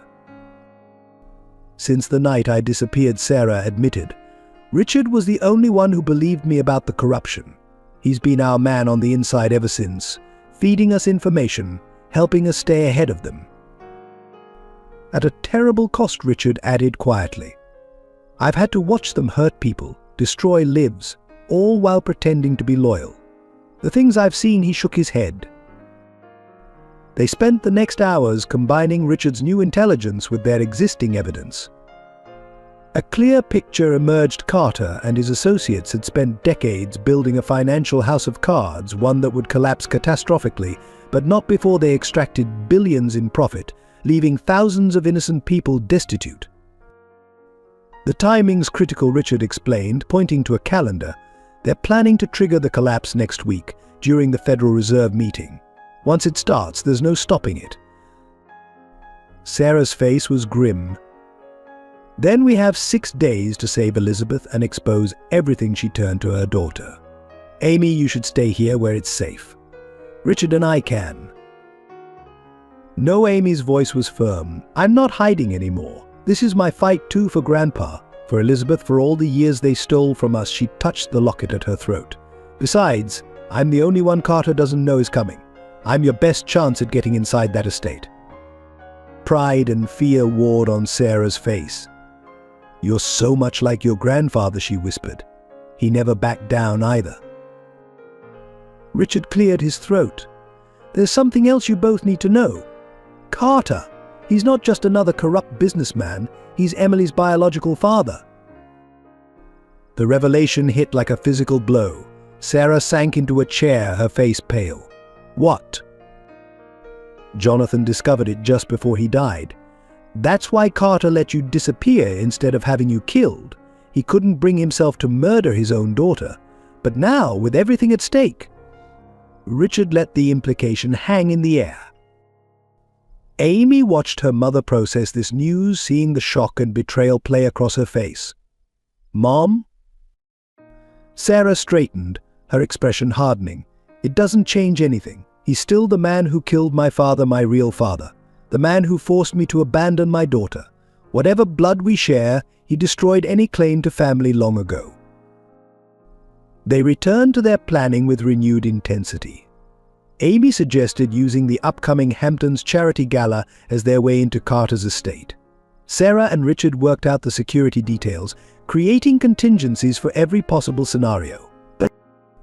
As the sun climbed higher, Amy found herself studying her mother's face, seeing the years of sacrifice and determination etched there. When this is over, she said softly, no more running. Sarah pulled her daughter close, pressing a kiss to her temple. No more running. We'll face whatever comes together. As a family, she met Richard's eyes across the table. All of us. The morning light streamed through the cabin windows, illuminating the evidence of decades of corruption spread across the table. Outside, birds sang in the mountain air, oblivious to the storm that was brewing. In 6 days, they would either reclaim their lives and bring down an empire of corruption or lose everything they had fought so hard to protect. Amy touched the locket once more, feeling its weight not just of the secrets it contained, but of the legacy it represented. Her grandfather's courage, her mother's sacrifice, her grandmother's unwavering love. Now it was her turn to prove worthy of that legacy. As evening settled over the mountain cabin, the intensity of planning gave way to quieter moments. Sarah was teaching Amy how to handle herself at the upcoming gala, passing on years of experience in moving through high society while hiding in plain sight. The key is confidence, Sarah explained, adjusting Amy's posture in front of a dusty mirror. These people can smell fear or uncertainty. Walk like you own the room, like you belong there. Her hands rested on Amy's shoulders, their eyes meeting in the reflection. Just like Elizabeth taught me. The mention of Elizabeth brought tears to both their eyes. Amy turned to face her mother. Tell me about her, about growing up in the Morgan house. All the stories I never got to hear. Sarah led them to the worn couch by the fireplace, where they settled with cups of tea. Your grandmother is the strongest woman I've ever known. Even when she and I fought and God, did we fight during my teenage years, she never stopped loving me, never stopped fighting for me. As the fire crackled, Sarah shared stories, Christmas mornings in the mansion, summer afternoons in the garden, the way Elizabeth would sing while arranging flowers in the conservatory. She kept every drawing I ever made, every school report, every photograph, created this massive archive of my life. She did the same with anything she could find about me, Amy said softly. Newspaper clippings from schools I attended, photos taken from a distance. She never stopped trying to piece together my life. Richard, who had been quietly working in the corner, joined them with his own memories. I remember the day you were born, he told Amy. Elizabeth was in Florence for a charity event. I'd never seen anyone pack a suitcase so fast. She made it back just in time. The stories flowed into the night, filling the cabin with laughter and tears. Sarah revealed how she'd managed to leave small gifts for Amy over the years, birthday presents arranged through complicated networks, Christmas cards sent through untraceable channels. The hardest part was staying away during the important moments, Sarah admitted, her voice breaking. Your first day of school, your graduations. I was there for all of them, hiding in crowds, watching from a distance. Every time Elizabeth would somehow sense my presence, she'd scan the crowd and I'd have to duck away before she spotted me. Amy leaned into her mother's embrace. I used to imagine you were watching over me. Grace would tell me I was being silly, but sometimes I'd feel something. Like a guardian angel. You weren't imagining it, Sarah whispered. I was there. Always there, even if I couldn't reach out and touch you. Richard watched them with mixed emotions. Jonathan would be so proud of you both, he said. He always said the Morgan women were extraordinary, stronger than any of us gave you credit for. The conversation turned to Jonathan, to the grandfather Amy had never known. Sarah and Richard shared stories of his integrity, his humor, his absolute devotion to his family. He knew the risks he was taking, Richard explained. But he couldn't stand by and watch people being hurt, being cheated. That moral compass, you both inherited it. As midnight approached, they moved to the kitchen, making sandwiches and coffee.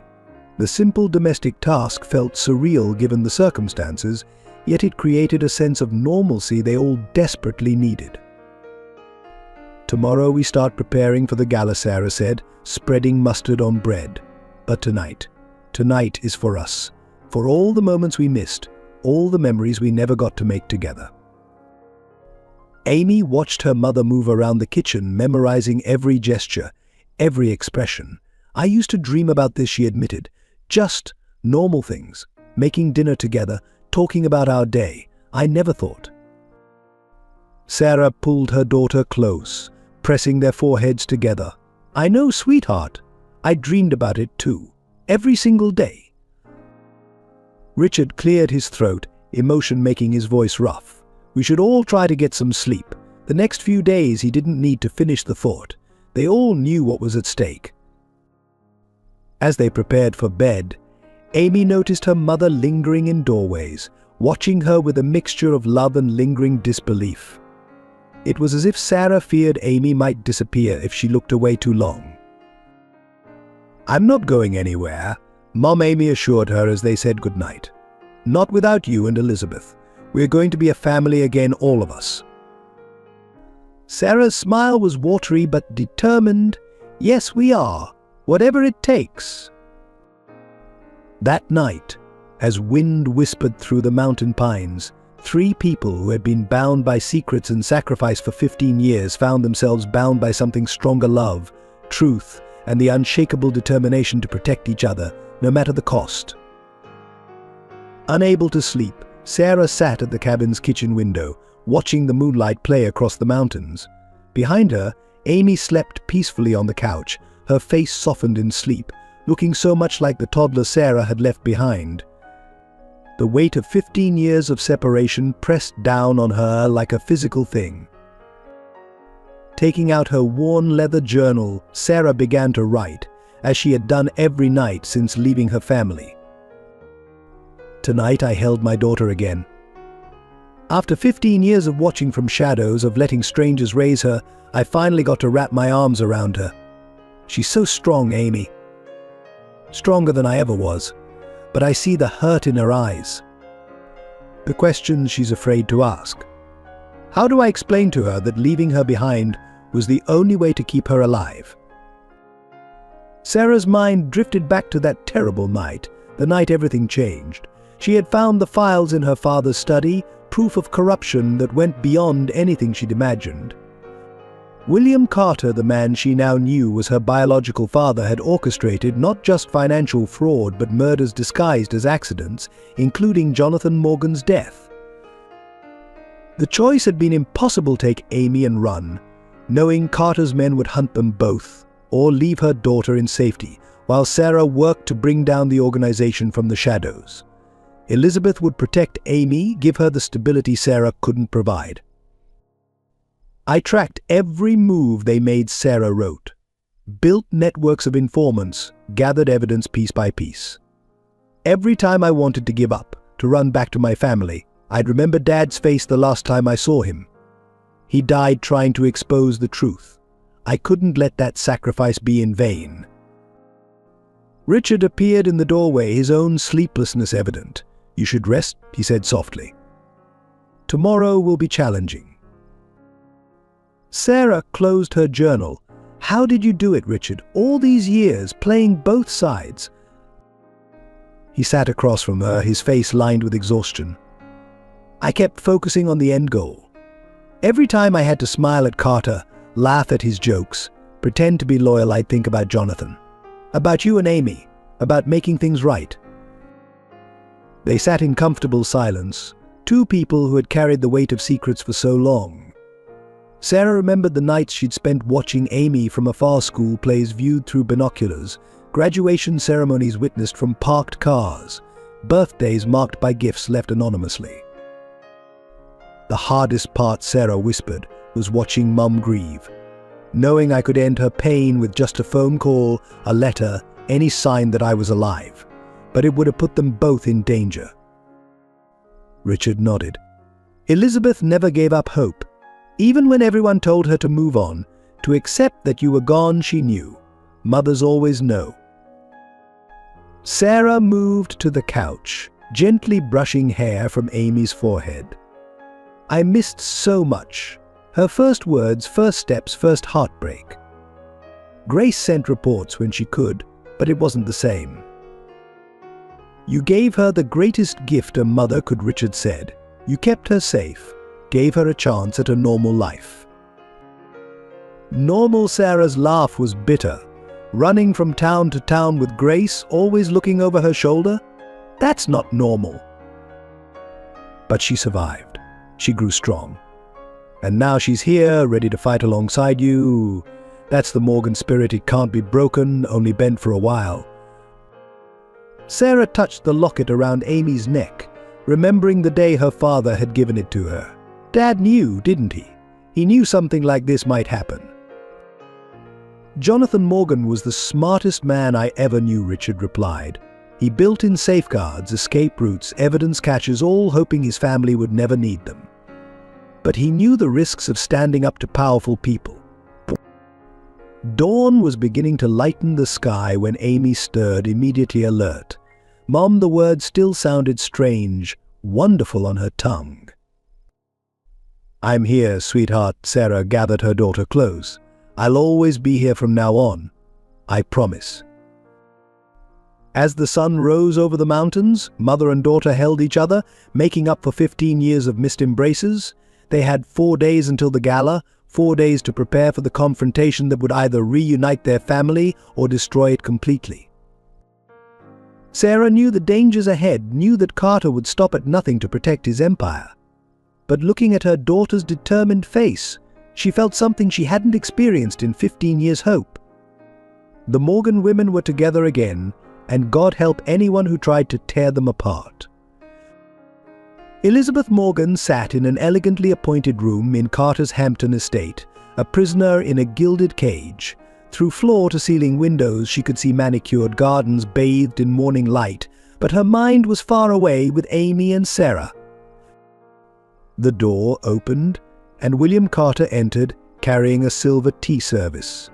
I thought you might like your morning Earl Grey, he said, as if they were old friends having a social visit. You always preferred it with a slice of lemon, as I recall. How very thoughtful of you, William, Elizabeth replied coolly. Especially for someone who killed my husband and drove my daughter into hiding. Carter's smile faltered slightly as he poured the tea. Jonathan brought that on himself. He could have looked the other way, joined us, ensured his family's prosperity. Instead, he chose to play the hero. He chose to do what was right, Elizabeth corrected. Something you wouldn't understand. And sitting across from her, Carter's facade of civility cracked. What I understand is family, Elizabeth. Sarah is my daughter, my flesh and blood. Everything I've done has been to protect her. Elizabeth's teacup clattered against its saucer. Protect her? You forced her to abandon her child, to spend 15 years in hiding. What kind of protection is that? Better than what happened to Jonathan. Carter's voice was cold. At least she's alive. At least Amy grew up safe, away from all this. The mention of her granddaughter made Elizabeth's heart clench. Safe, moving from town to town, never putting down roots, always looking over her shoulder. That's not safety, William, that's prison. Standing at the window, Elizabeth thought of all the moments she'd missed with both Sarah and Amy. The guilt she carried for not believing Sarah's fears about Carter, for dismissing her concerns about Jonathan's death as paranoia, weighed heavily. "You know," she said quietly, "I blamed myself for years. If I had listened to Sarah, supported her instead of trying to maintain our social standing, perhaps things would have been different." Carter moved to stand beside her. "We all have regrets, Elizabeth. But soon, none of that will matter. Once our plans are complete, the wealth we'll control will make all this worthwhile." And how many lives will be destroyed in the process? Elizabeth turned to face him. How many families torn apart like ours? A flash of something, perhaps remorse, crossed Carter's face. Sacrifices must be made for the greater good. The greater good? Elizabeth laughed bitterly. Is that what you told yourself when you ordered Jonathan's death? When you forced your own daughter into exile? Carter's expression hardened. Careful, Elizabeth. Your comfortable accommodation here can change very quickly. But Elizabeth wasn't finished. Years of pain and anger poured out. You know what the worst part was? Watching Amy grow up in photographs, always a step behind, never able to hold her. Knowing Sarah was out there somewhere alone, fighting your corruption while I hosted charity galas and pretended everything was fine. And yet here we are, Carter said smoothly. Sarah will come for you, she has to. And when she does, this all ends, one way or another. Elizabeth smiled, a cold expression that made Carter step back. You're right about one thing, William. This does end soon, but not the way you think. Left alone again, Elizabeth moved about the room, her mind working. She knew Sarah was alive, knew Amy was with her. They would be planning something. The Morgan women were nothing, if not resourceful. Her job now was to stay alert, gather information, and be ready when the moment came. She thought of Amy's face when they first met, so like Sarah's at that age. The strength she saw there, the determination to uncover the truth, gave her hope.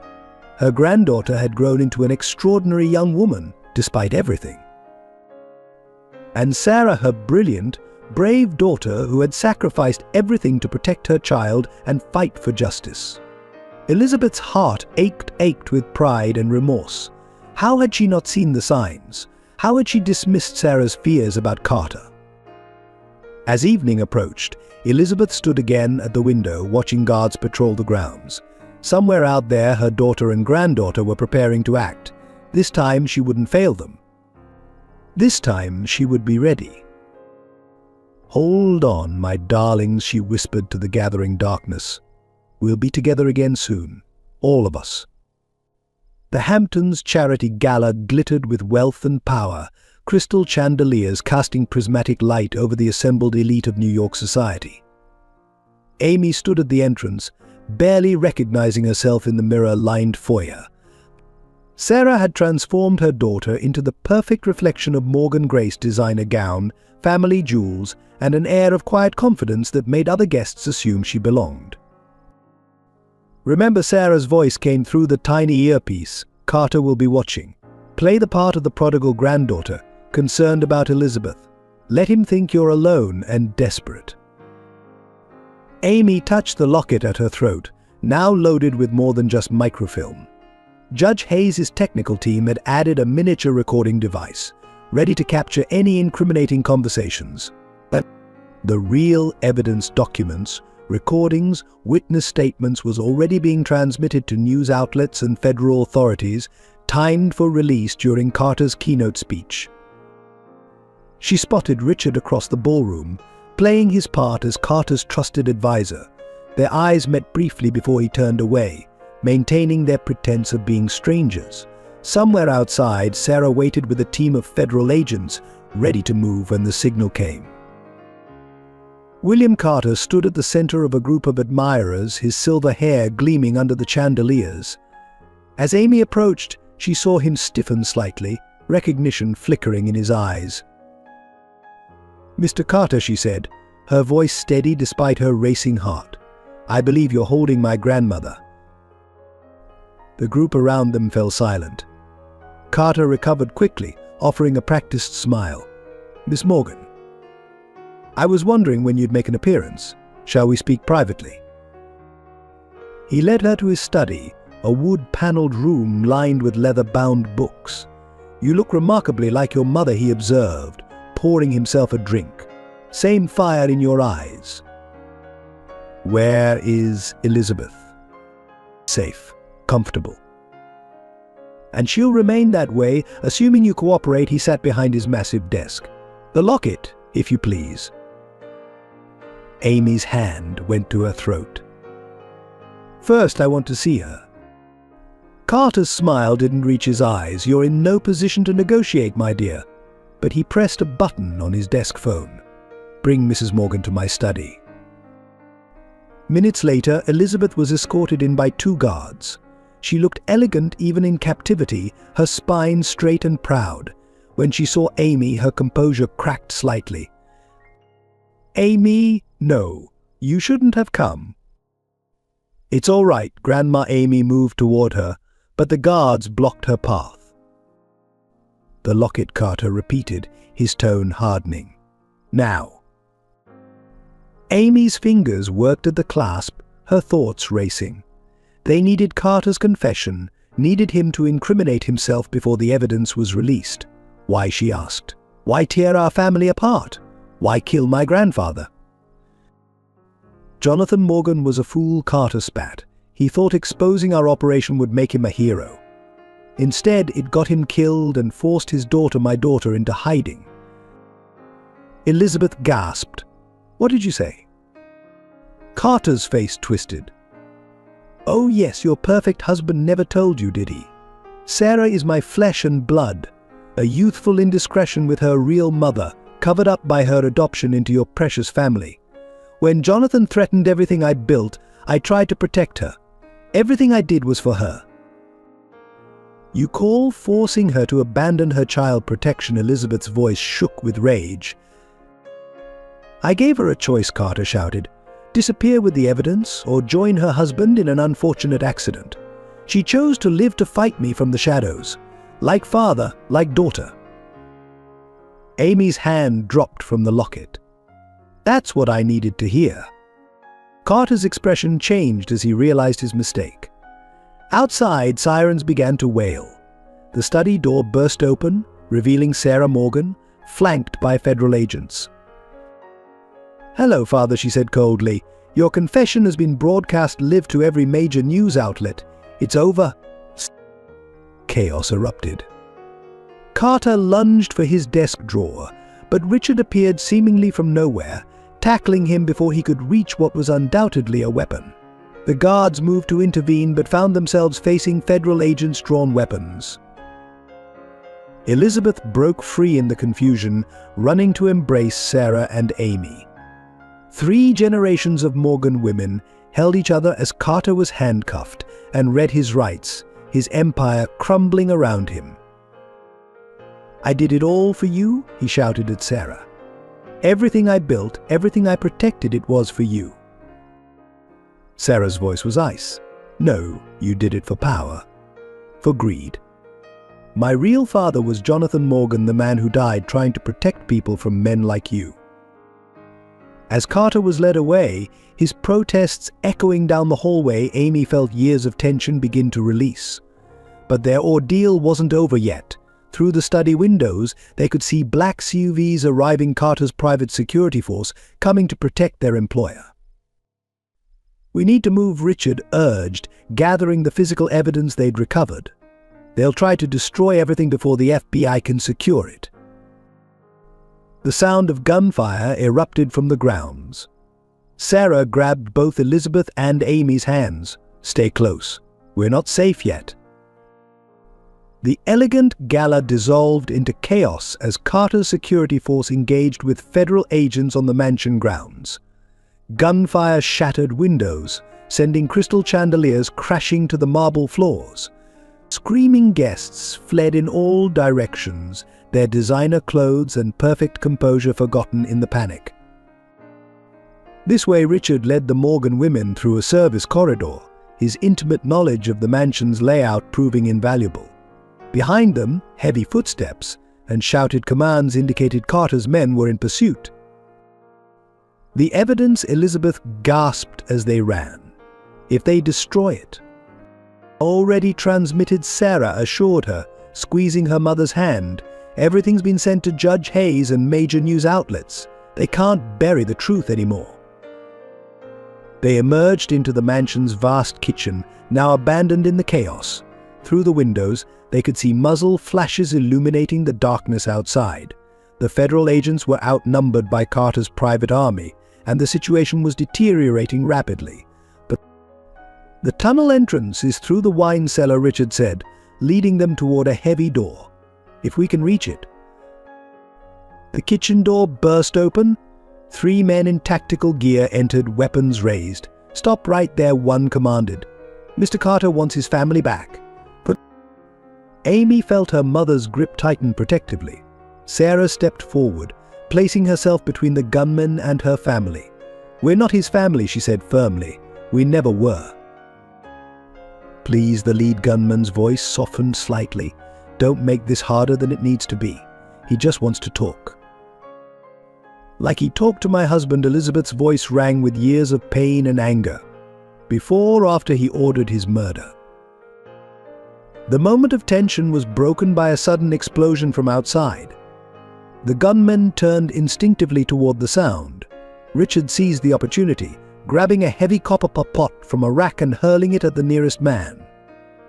Sarah moved in the same instant, her self-defense training evident as she disarmed another.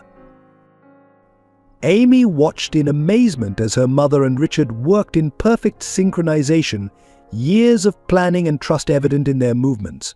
Within seconds, all 3 gunmen were disarmed and unconscious.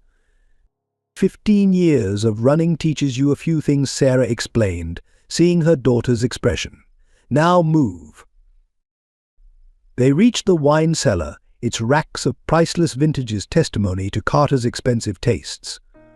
Richard moved to a seemingly solid stone wall, pressing specific points in a precise sequence. A section of wall swung inward, revealing a narrow passage. "Wait," Amy said suddenly. "Listen." Above them, they could hear Carter's voice, somehow free despite his arrest. He was addressing his men through what must have been the mansion's security system. "Secure all exits. I want them alive, but the evidence must be destroyed. Everything we've built depends on it. Use whatever force necessary." He must have backup teams, Richard realized. Contingencies we didn't know about. Sarah's face hardened. He always was thorough. Too thorough, she turned to her daughter and mother. "You both need to go. Richard and I will hold them off. Buy you time to get the remaining physical evidence to Hayes." "No," Amy and Elizabeth spoke simultaneously. "I just got you back," Amy's voice broke. "I won't lose you again." Sarah cupped her daughter's face. "You won't lose me. But everything we fought for, everything your grandfather died for, it all depends on that evidence reaching Hayes. You're the only ones they don't know about, the only ones who can slip through their net." More explosions rocked the mansion. The sound of gunfire was getting closer. "She's right," Richard said grimly. "Sarah and I know how to handle ourselves. We've been doing this for 15 years. But you two need to go. Now." Elizabeth understood the strategy, even as it tore at her heart. "Amy, come," she took her granddaughter's hand. "Your mother's right. We have to finish this." The goodbye was brief, it had to be. Sarah hugged them both fiercely, whispering "I love you" before pushing them toward the tunnel. Richard handed them a small backpack containing the most crucial physical evidence. "The tunnel leads to a boathouse on the Sound," he explained quickly. "There's a boat waiting." Judge Hayes has a safe house ready. Go." As Amy and Elizabeth disappeared into the darkness, Sarah and Richard prepared to make their stand. They could hear Carter's men searching the upper floors, getting closer. Just like old times, Richard managed a grim smile. Sarah checked her weapon, her face set with determination. "Let's give them something to remember us by." Above them, the mansion continued to echo with gunfire and explosions.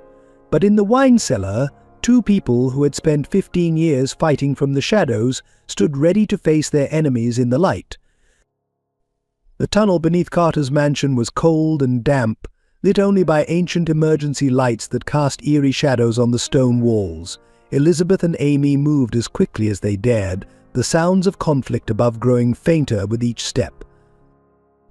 "The boathouse can't be far," Elizabeth whispered, clutching the backpack of evidence. Her designer gown, now torn and dirty, caught on rough stones as they hurried through the narrow passage. A sudden explosion above made them both stumble. Dust and small debris rained down from the tunnel ceiling. Amy grabbed her grandmother's arm to steady her. "Do you think Mum and Richard?" "They'll be fine," Elizabeth cut her off, though her voice trembled slightly. "Your mother's survived worse. We have to focus on getting this evidence to Hayes." They reached a junction where the tunnel split in 3 directions. Elizabeth hesitated, trying to recall Richard's hurried instructions. Before she could decide, they heard voices echoing from behind them. Carter's men had discovered the tunnel entrance. "Split up," Amy said quickly. "I'll take the evidence. They'll expect you to have it." Elizabeth started to protest, but Amy was already pulling the backpack from her shoulders. "I'm younger, faster. I can outrun them. And they'll chase you. You're the obvious target." "Amy, no!" "Grandma, please." Amy's eyes, so like Sarah's, were filled with determination. "Trust me. I'll meet you at the boathouse." Before Elizabeth could argue further, flashlight beams appeared at the tunnel junction. With a quick hug, Amy disappeared down the right passage, while Elizabeth took the left, her footsteps deliberately loud enough to draw attention. The plan worked. Most of the pursuers followed Elizabeth, their shouts echoing off the stone walls. Only 2 sets of footsteps followed Amy, just as she'd hoped. The tunnel began to slope upward, the air growing fresher. Amy could hear water ahead. They must be nearing the sound. Her lungs burned from running, the backpack growing heavier with each step, but she pressed on. Behind her, one of the pursuers called out, "Stop! We don't want to hurt you." Amy almost laughed. 15 years of running with Grace had taught her never to trust such promises. She rounded a corner and saw stairs leading up to what must be the boathouse. But the sound of a gunshot froze her in place. A bullet sparked off the wall near her head. "Next one won't miss," a cold voice warned. "The backpack, now." Amy turned slowly, her mind racing. 2 men blocked the tunnel, both armed, both looking grimly professional. Behind them, she could hear more footsteps approaching. The others must have realized their mistake in following Elizabeth. "Okay," Amy raised her hands slowly. "You win. Just don't shoot." She started to lower the backpack, then suddenly hurled it at the nearest gunman. In the same motion, she dropped and rolled, something Sarah had drilled her on during their brief time together. The second man's shot went wide as Amy crashed into his legs. Chaos erupted in the narrow tunnel. Amy scrambled for the backpack, her fingers closing on the strap, just as rough hands grabbed her ankle. She kicked out blindly, connecting with something solid. A grunt of pain, and her ankle was free. She ran up the stairs 2 at a time, bursting into the boathouse. Moonlight streamed through windows, illuminating a small dock where a sleek boat waited. But between her and freedom stood 3 more of Carter's men. "It's over," Miss Morgan once said, almost gently. "Mr. Carter just wants what's his." "Nothing here belongs to him," Amy replied, backing toward a stack of crates. "Not the evidence, not my mother, not our family." Don't be stupid, girl. You're surrounded. As if to emphasize his point, the men from the tunnel emerged behind her, cutting off her retreat. Amy felt the edge of a crate press against her back. 6 against 1, not good odds. Then, from somewhere outside, a familiar voice called out, "Amy, duck!" She dropped instantly. The boathouse windows exploded inward as Elizabeth crashed through in a speedboat, sending Carter's men diving for cover. Amy didn't hesitate. She sprinted for the boat, tossing the backpack ahead of her and leaping as Elizabeth gunned the engine. Bullets sprayed the water around them as they roared away from the dock. Amy looked back to see their pursuers scrambling for another boat. "Since when do you drive speedboats?" she asked her grandmother incredulously. Elizabeth's smile was fierce in the moonlight. "My dear, there's quite a lot you don't know about your grandmother.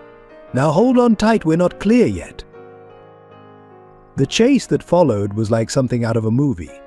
Elizabeth handled the powerful boat with surprising skill, weaving between other vessels on the Sound while their pursuers slowly gained ground. "We'll never outrun them," Amy realized. This boat wasn't designed for speed. No, Elizabeth agreed grimly. It was designed for something else entirely. She pressed a button on the console. The boat's elegant exterior panels began to shift and change, transforming its profile completely. Within seconds, they were riding in what appeared to be a humble fishing vessel. "Richard's idea," Elizabeth explained as they reduced speed to blend in with other boats. "He always did think of everything." Their pursuers roared past, searching for a speedboat that no longer existed. Amy clutched the backpack of evidence, hardly daring to breathe until the other boat was out of sight. "Mom and Richard?" she asked quietly. Elizabeth's hands tightened on the wheel. "We have to trust them, darling. Right now our job is to get that evidence to Hayes. It's what they're fighting for back there."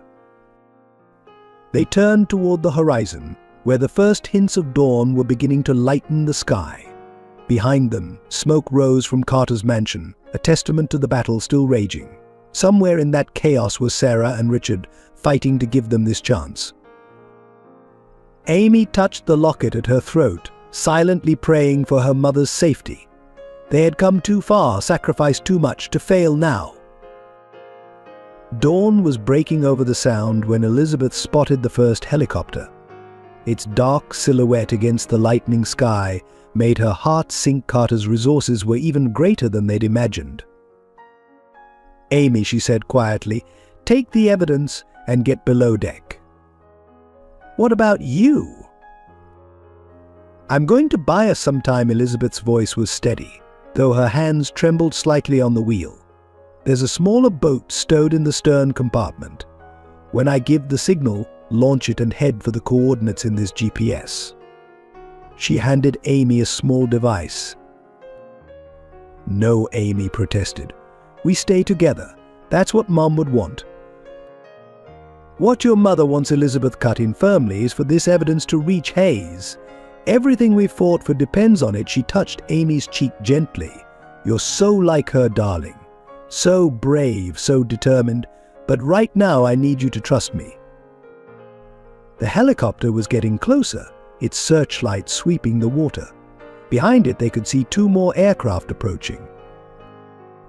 "They're not going to stop," Elizabeth continued. "Carter's too desperate. But they don't know about the second boat. While they're focused on me, you can slip away." Amy's eyes filled with tears as she realized what her grandmother was proposing. "They'll catch you." "Yes," Elizabeth smiled sadly, "but they won't hurt me. Carter still needs me as leverage against your mother, and every minute they spend dealing with me is another minute you have to reach Hayes." The first bullet struck the water near their bow. Elizabeth pushed Amy toward the stern hatch. "Go, now." With tears streaming down her face, Amy clutched the backpack and disappeared below. Elizabeth took a deep breath, squaring her shoulders as she had done at countless society events.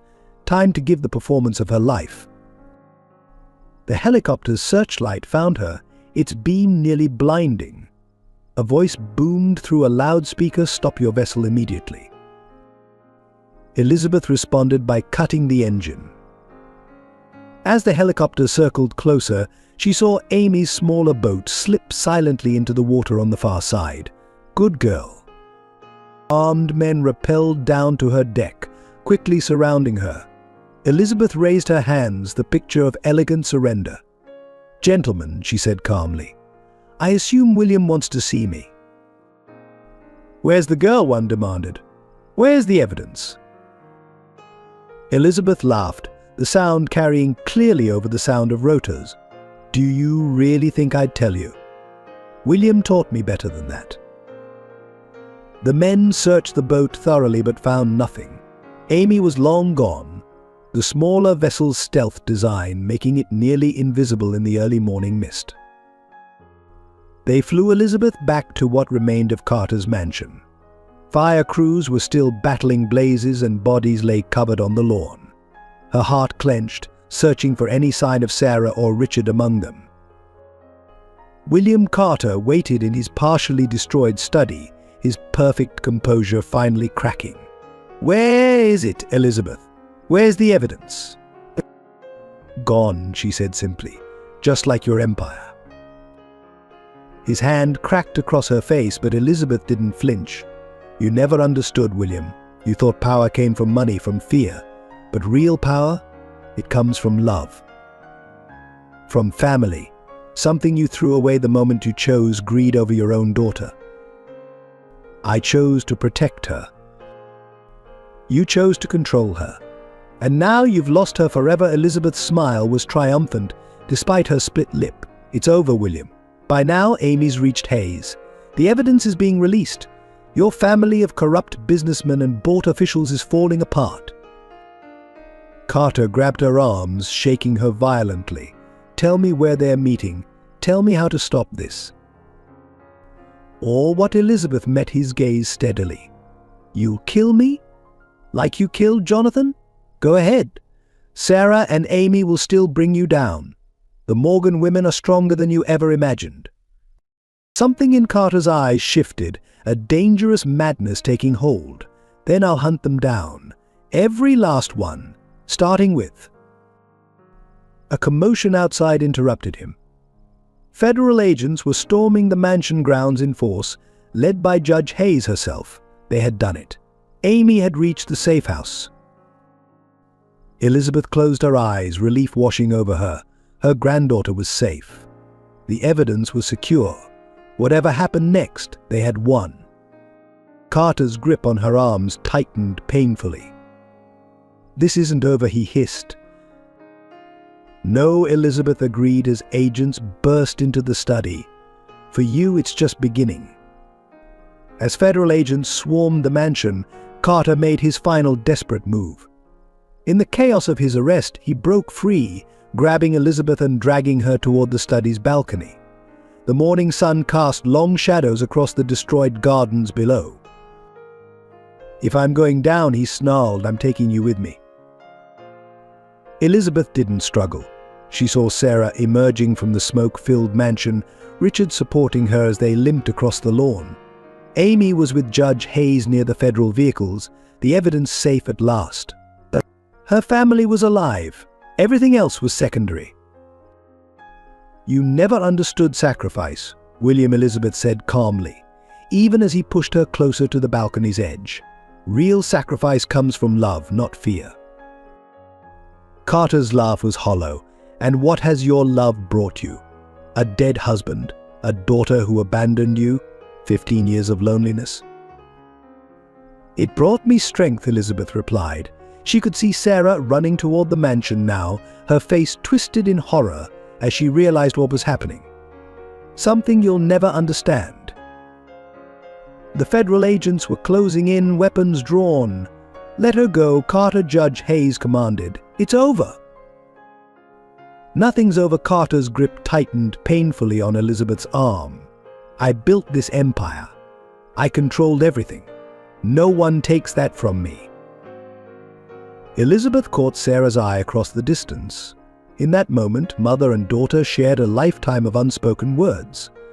Elizabeth's slight nod conveyed everything she couldn't say. "I love you. I forgive you. Take care of Amy." Then, using every ounce of strength she possessed, Elizabeth twisted in Carter's grip and pushed. They both went over the balcony railing, plummeting toward the stone terrace below. "Grandma, no!" Amy's scream echoed across the grounds. Sarah reached the spot just as they fell, her hand brushing her mother's outstretched fingers but failing to grip them. She watched, helpless, as Elizabeth and Carter disappeared into the morning mist that shrouded the lower gardens. The impact was lost in the chaos of shouting voices and running feet. Sarah raced down the mansion's grand staircase, Amy close behind her. They found Elizabeth lying motionless on the terrace, Carter's broken body nearby.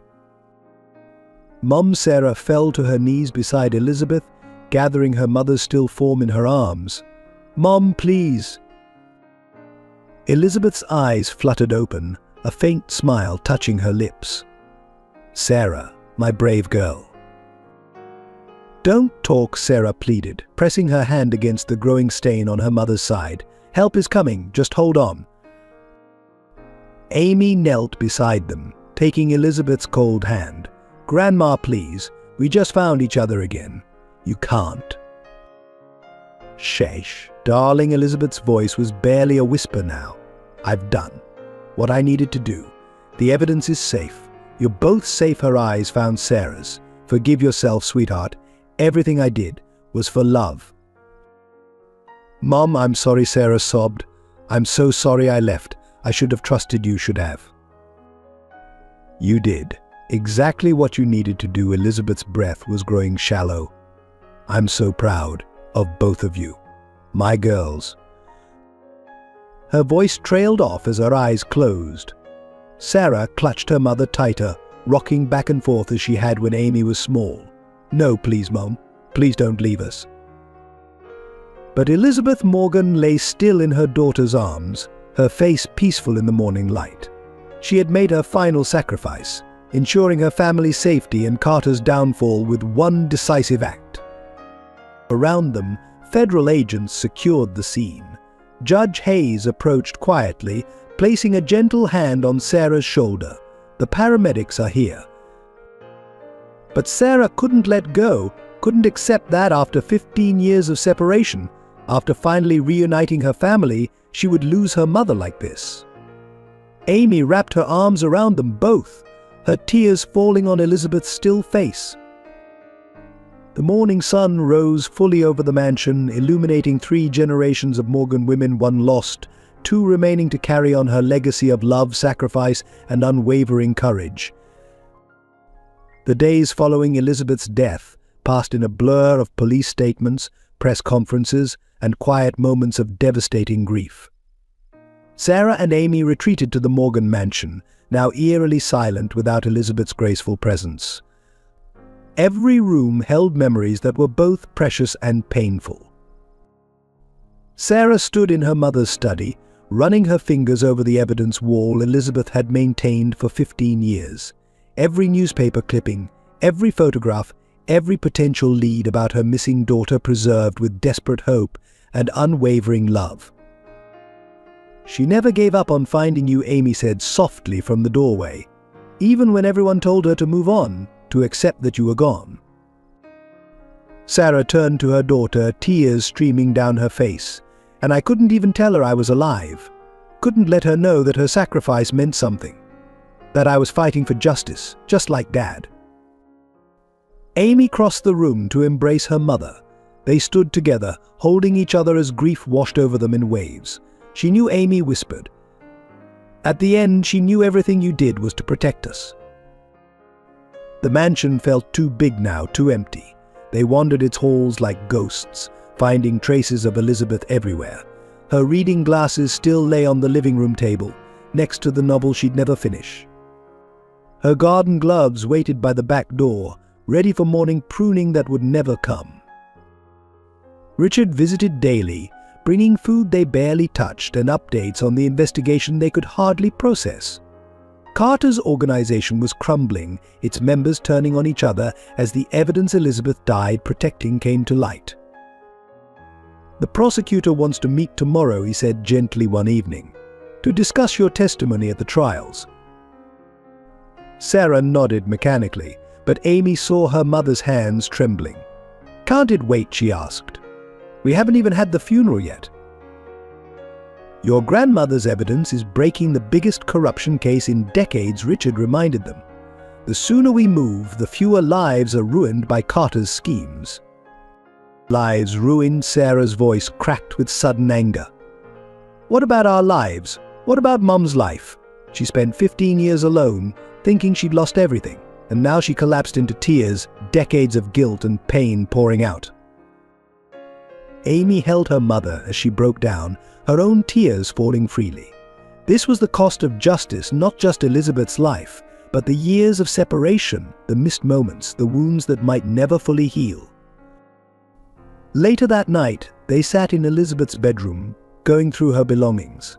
Every item told a story: a pressed flower from Sarah's wedding bouquet, Amy's first baby shoe, the watch Jonathan had given her on their last anniversary.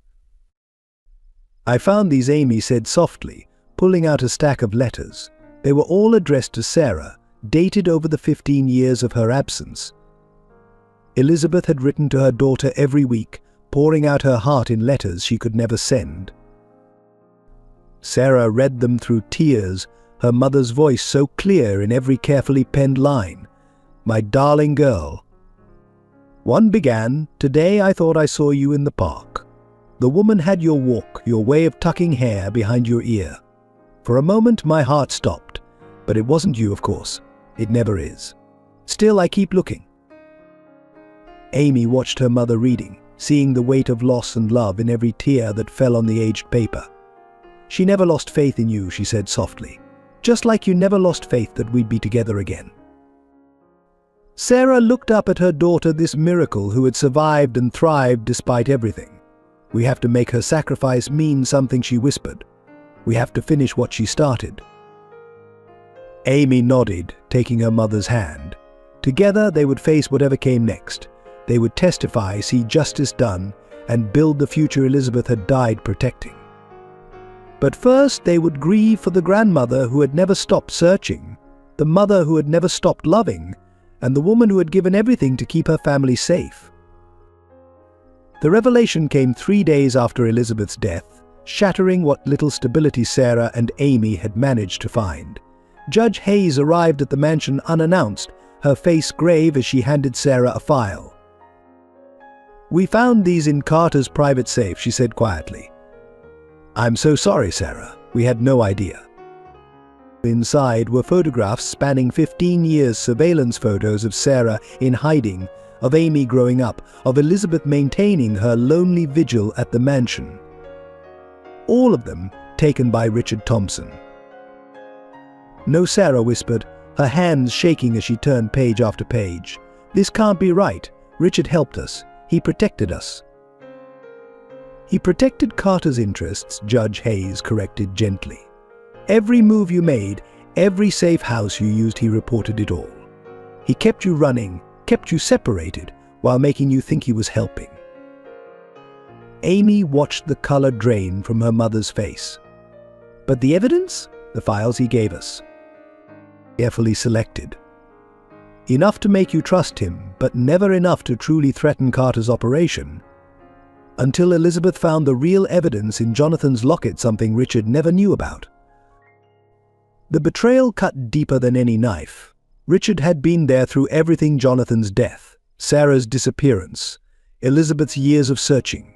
He had been family, or so they thought. "Where is he now?" Sarah's voice was dangerously calm.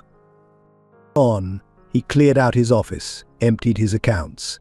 "We have teams looking," but Judge Hayes spread her hands helplessly. Amy touched the photographs with trembling fingers. "All those times we almost got caught. The close calls with Carter's men, it wasn't bad luck. He was orchestrating it," Sarah finished, rage building in her voice, "keeping us scared, keeping us running, using our trust to manipulate everything." The sound of breaking glass made them both jump. Sarah had hurled a framed photo against the wall. Richard at her wedding, standing beside Jonathan, smiling at the camera. "He was my father's best friend," she choked out. "He promised Dad he'd protect us." Amy wrapped her arms around her mother as she collapsed, sobbing with fury and grief. "We trusted him. Grandma trusted him." Even at the end, the realization hit them both simultaneously. Sarah straightened, her face pale. The mansion attack. He knew exactly where to position everyone. He made sure Mom would be trapped with Carter. "Oh God," Amy breathed. He knew what Carter would do. He set her up to. They couldn't finish the thought. The weight of Richard's betrayal grew heavier with each revelation. Every memory of his help, his comfort, his apparent dedication to their cause, all of it poisoned by this new truth. Judge Hayes watched them with sympathy. "We'll find him," she promised. "He won't get away with this." But Sarah shook her head, a cold determination replacing her grief. "No," she said quietly. "We'll find him. This is a family matter now." Amy recognized the look in her mother's eyes, the same steel that had kept her fighting for 15 years, the same resolve that had driven Elizabeth to sacrifice everything for justice. "Mom's funeral is tomorrow," Amy said softly. "He'll expect us to be there." Sarah nodded, her mind already working. "And if I know Richard, he'll be watching. One last time to make sure his deception died with her." "Then we'll be ready," Amy declared, her grandmother's strength flowing through her veins. "We'll turn his own game against him." They spent the night planning, channeling their grief into purpose. Richard had played them for 15 years, using their love and trust as weapons against them. Now he would learn what happened when the Morgan women united in pursuit of justice. Outside, a storm gathered over the mansion, thunder echoing like Elizabeth's final warning. Tomorrow they would bury her, but her spirit lived on in her daughter and granddaughter. Richard Thompson's betrayal had cost them everything. Now it was time for him to pay the price. Elizabeth Morgan's funeral drew New York's elite despite the pouring rain. The cathedral was filled with faces from Sarah's past society matrons, business leaders, politicians, all watching the Morgan women with carefully concealed curiosity. Sarah and Amy sat in the front pew, black veils hiding their vigilant eyes as they scanned the crowd. Judge Hayes had positioned plainclothes officers throughout the congregation, but they knew Richard would be too clever to walk in openly. The eulogy was delivered by Sarah, her voice steady as she honored her mother's courage and sacrifice. "Elizabeth Morgan never stopped believing in justice," she said, her words carrying to every corner of the cathedral. Never stopped fighting for those she loved. Her final act was one of protection, a mother's ultimate gift to her family. As she spoke, Amy noticed movement in the bell tower through a high window. A glint of metal caught the light, not Richard, but his men positioning themselves for what was to come. The attack came during the final hymn. Smoke grenades crashed through the stained glass windows, filling the cathedral with chaos as panicked mourners fled toward the exits. Gunmen rappelled from the bell tower, their weapons trained on Sarah and Amy. Now, the evidence, a familiar voice called from the balcony. Richard emerged from the shadows, his familiar kind face now cold and foreign. "All of it this time, Sarah. No more games."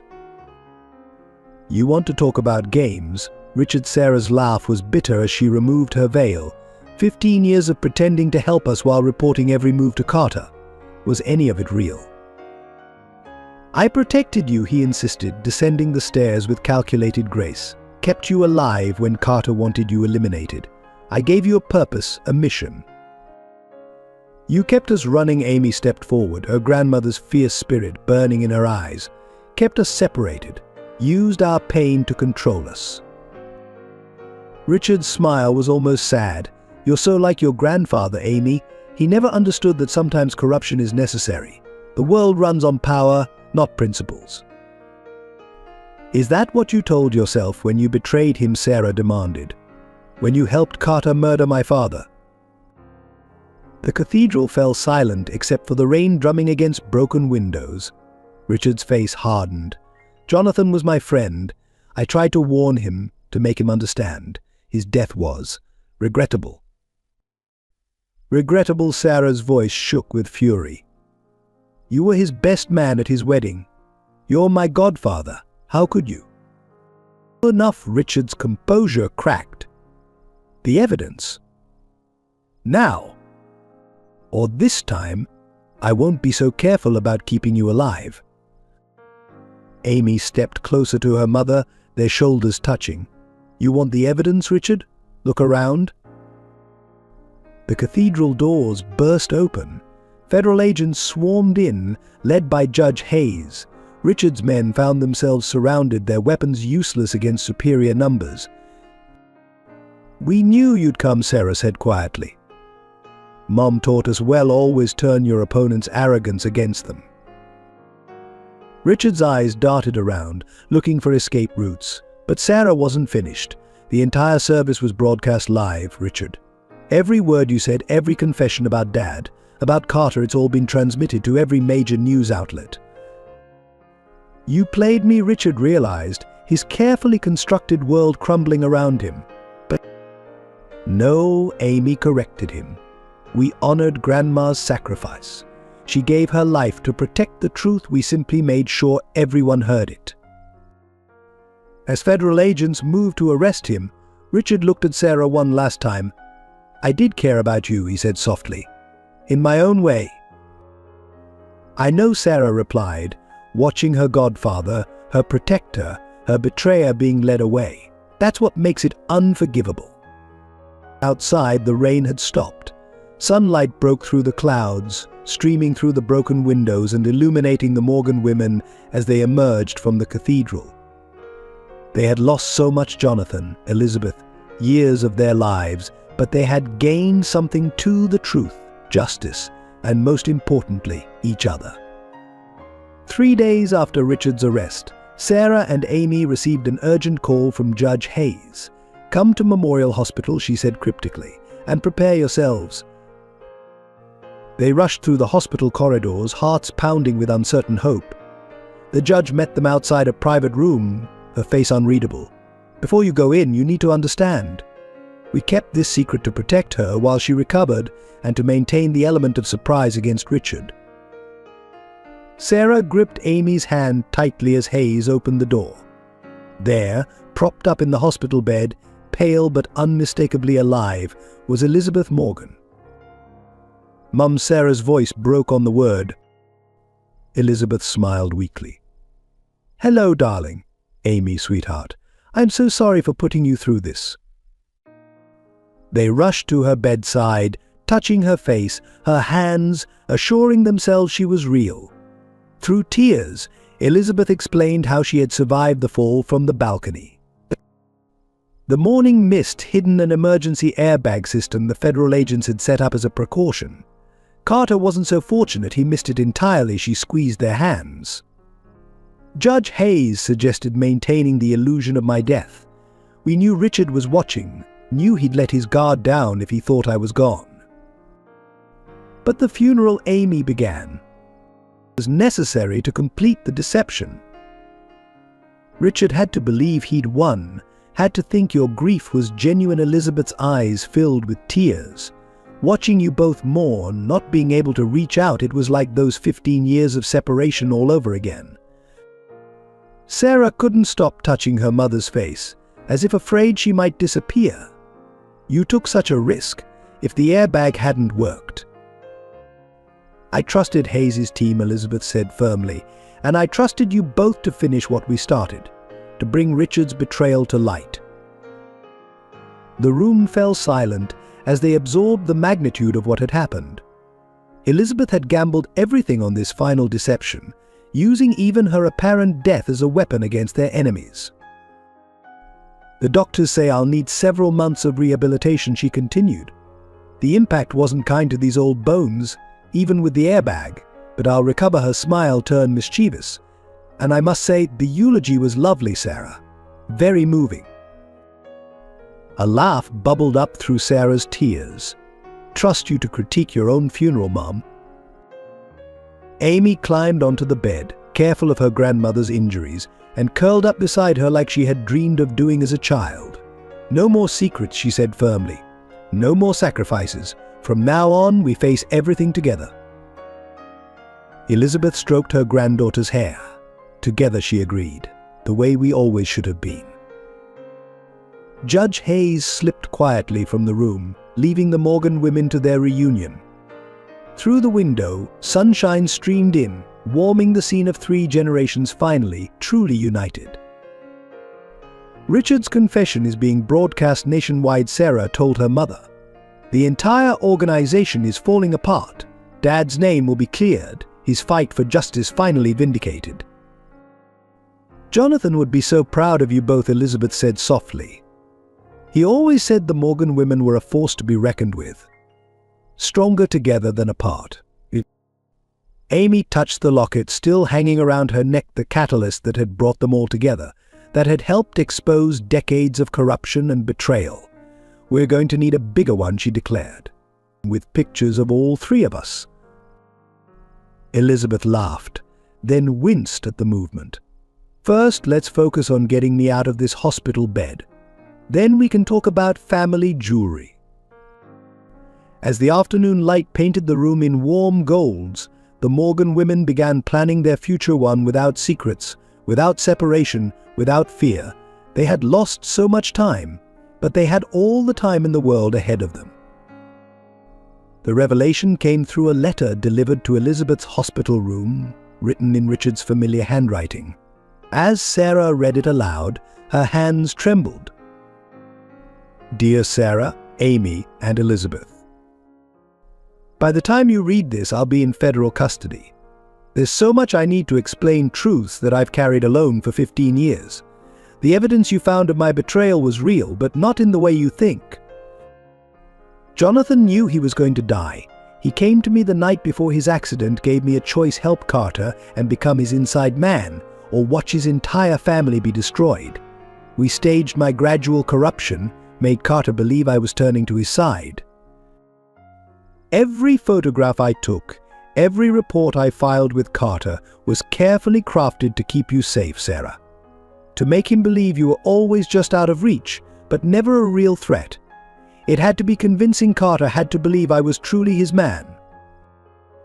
Elizabeth's eyes filled with tears as Sarah continued reading. The letter went on to detail how Richard had secretly funneled money to Sarah's various hideouts, how he had warned them through subtle signals when Carter's men got too close. "The hardest part," Richard wrote, "was watching Elizabeth's pain, knowing I could end her suffering with a single word, but understanding that her genuine grief was essential to the deception.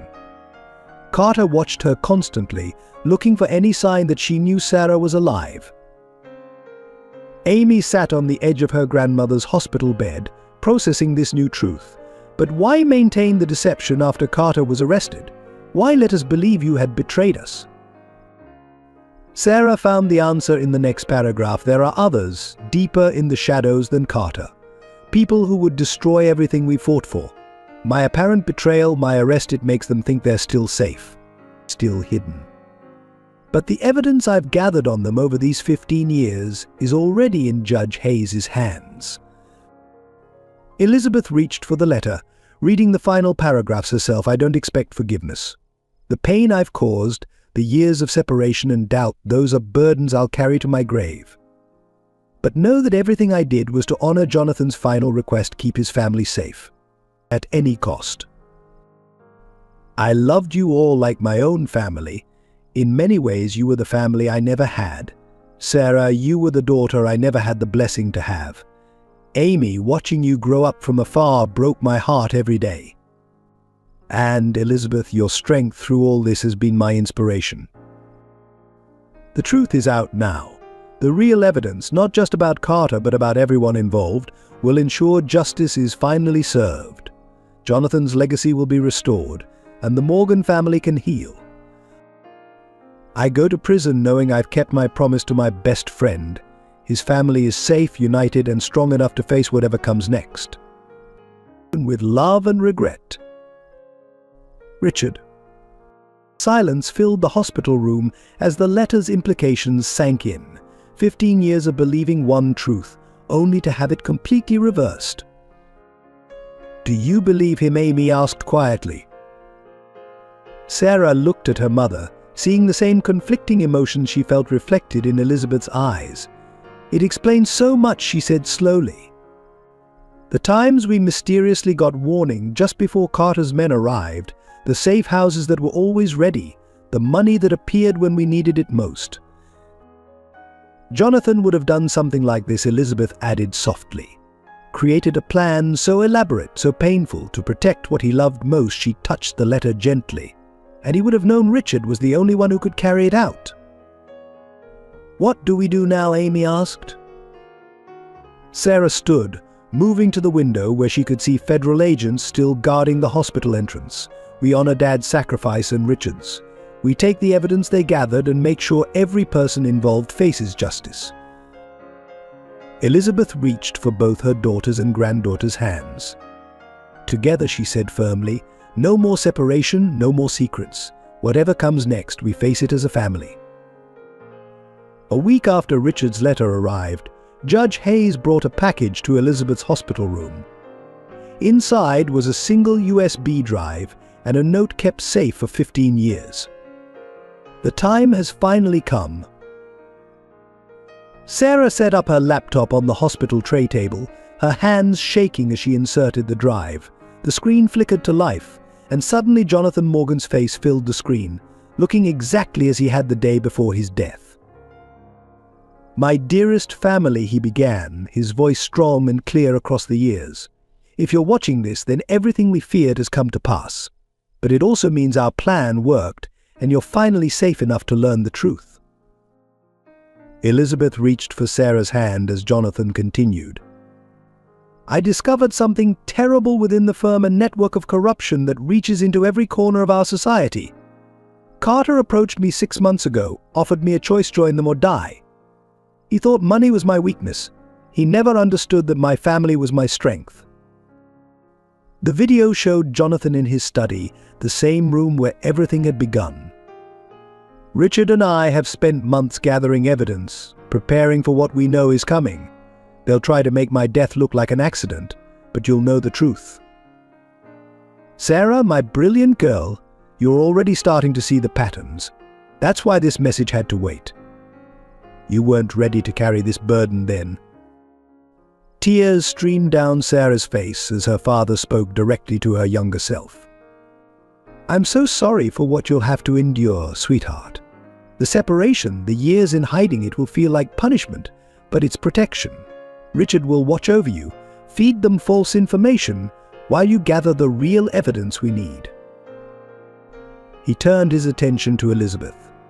"My love, your pain will be the deepest, and for that I'll never forgive myself. But your strength will keep our family alive. Trust your instincts. Keep searching. Let them think your grief has made you harmless. It will be your greatest weapon." Amy watched in wonder as her grandfather spoke across time. "To my granddaughter, who I'll never have the joy of knowing, you are the future we're fighting for, the truth we're protecting. Grow strong, grow wise, and know that you come from a line of people who chose justice over comfort, truth over safety." Jonathan's face grew serious. "The evidence is scattered in places they'll never think to look. The locket I'll give Sarah holds the key, but it's useless without the other pieces Richard will protect. The organization must believe they've won, must think their secrets are safe, until the moment everything comes to light."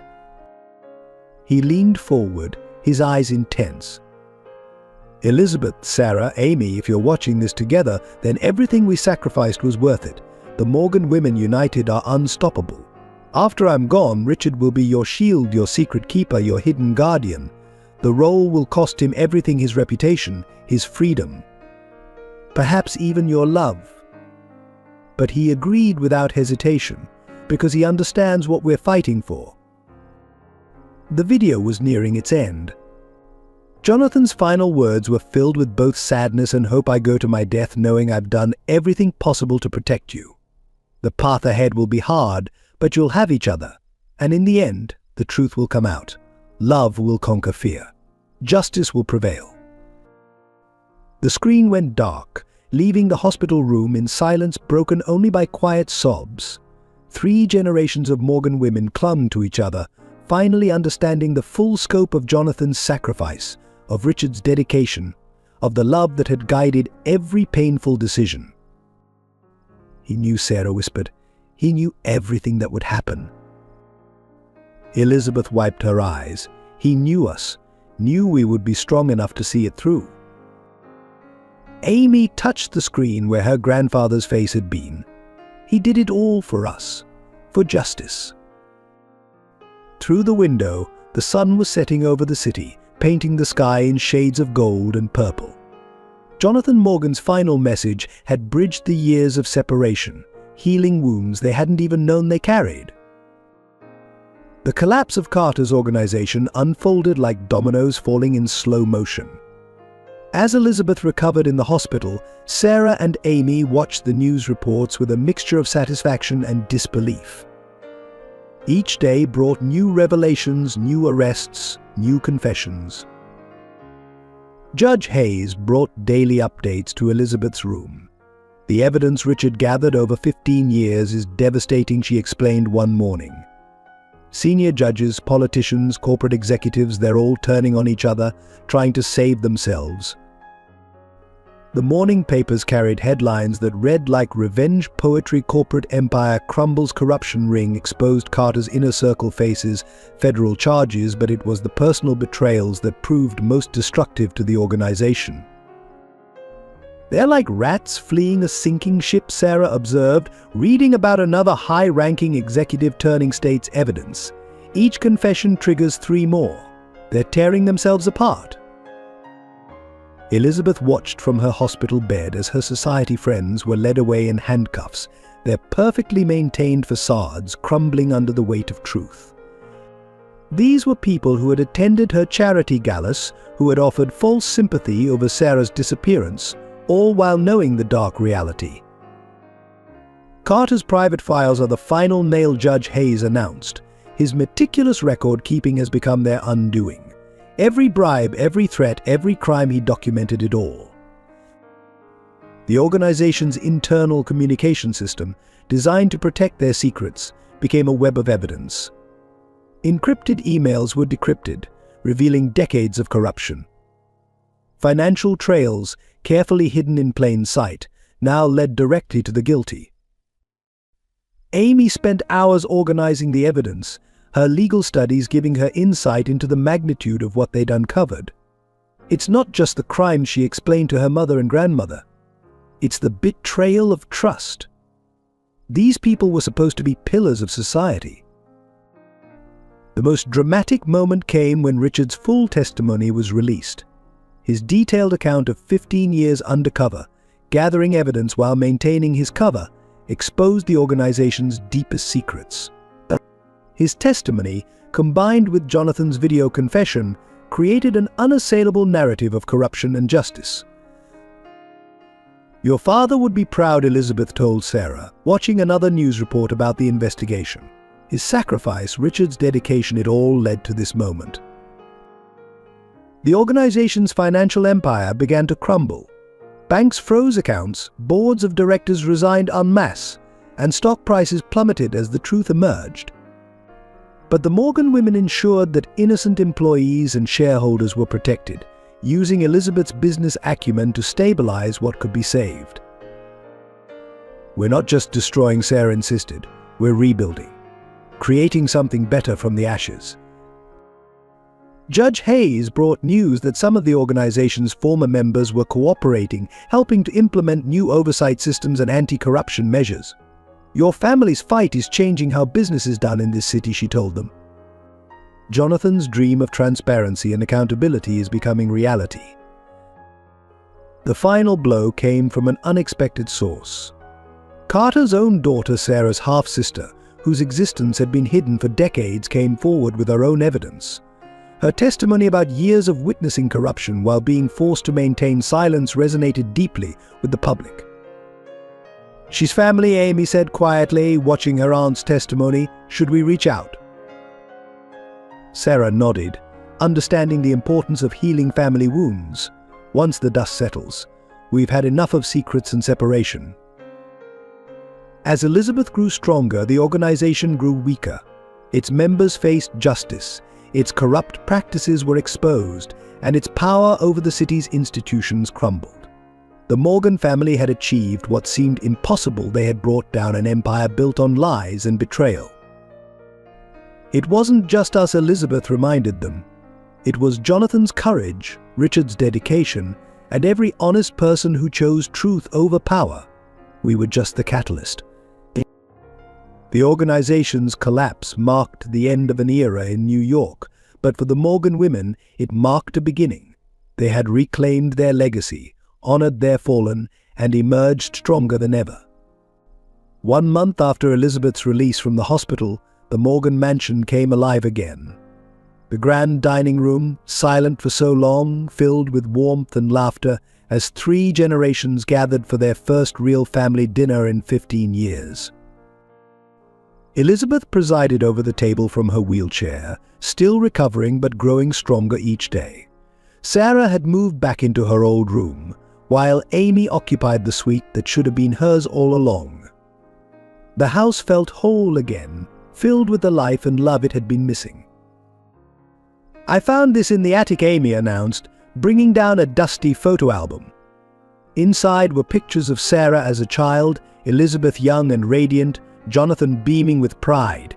"It's like finding pieces of a story I never knew."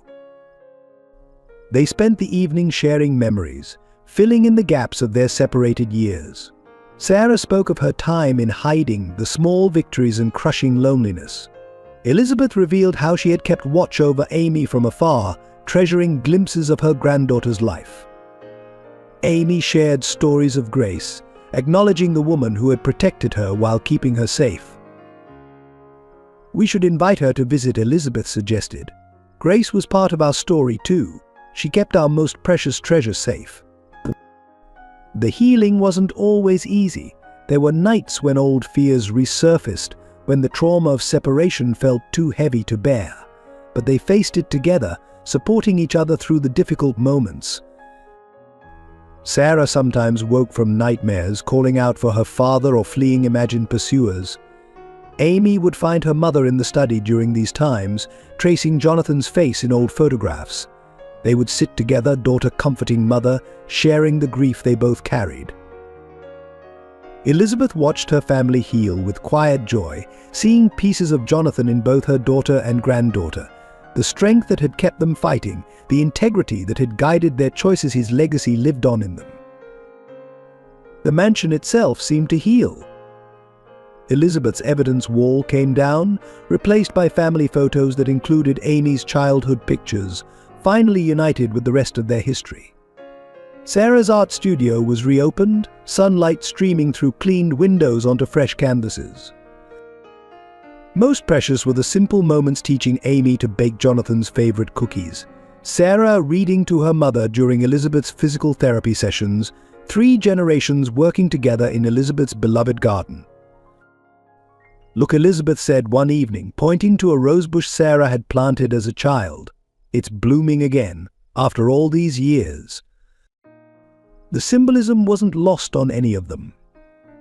Like the rose, their family had endured darkness and dormancy, only to emerge stronger and more beautiful than before. They established new traditions while honoring old ones. Sunday dinners became sacred, a time for sharing stories and strengthening bonds. The library, once Elizabeth's lonely refuge, now echoed with discussions of Amy's law school plans and Sarah's art projects. "I never dared dream of this," Sarah confessed one night, watching Amy and Elizabeth argue playfully over a chess game. "Having both of you being home, feeling safe." Elizabeth reached for her daughter's hand. "We're not just surviving anymore, darling, we're living. That's what your father wanted for us all along."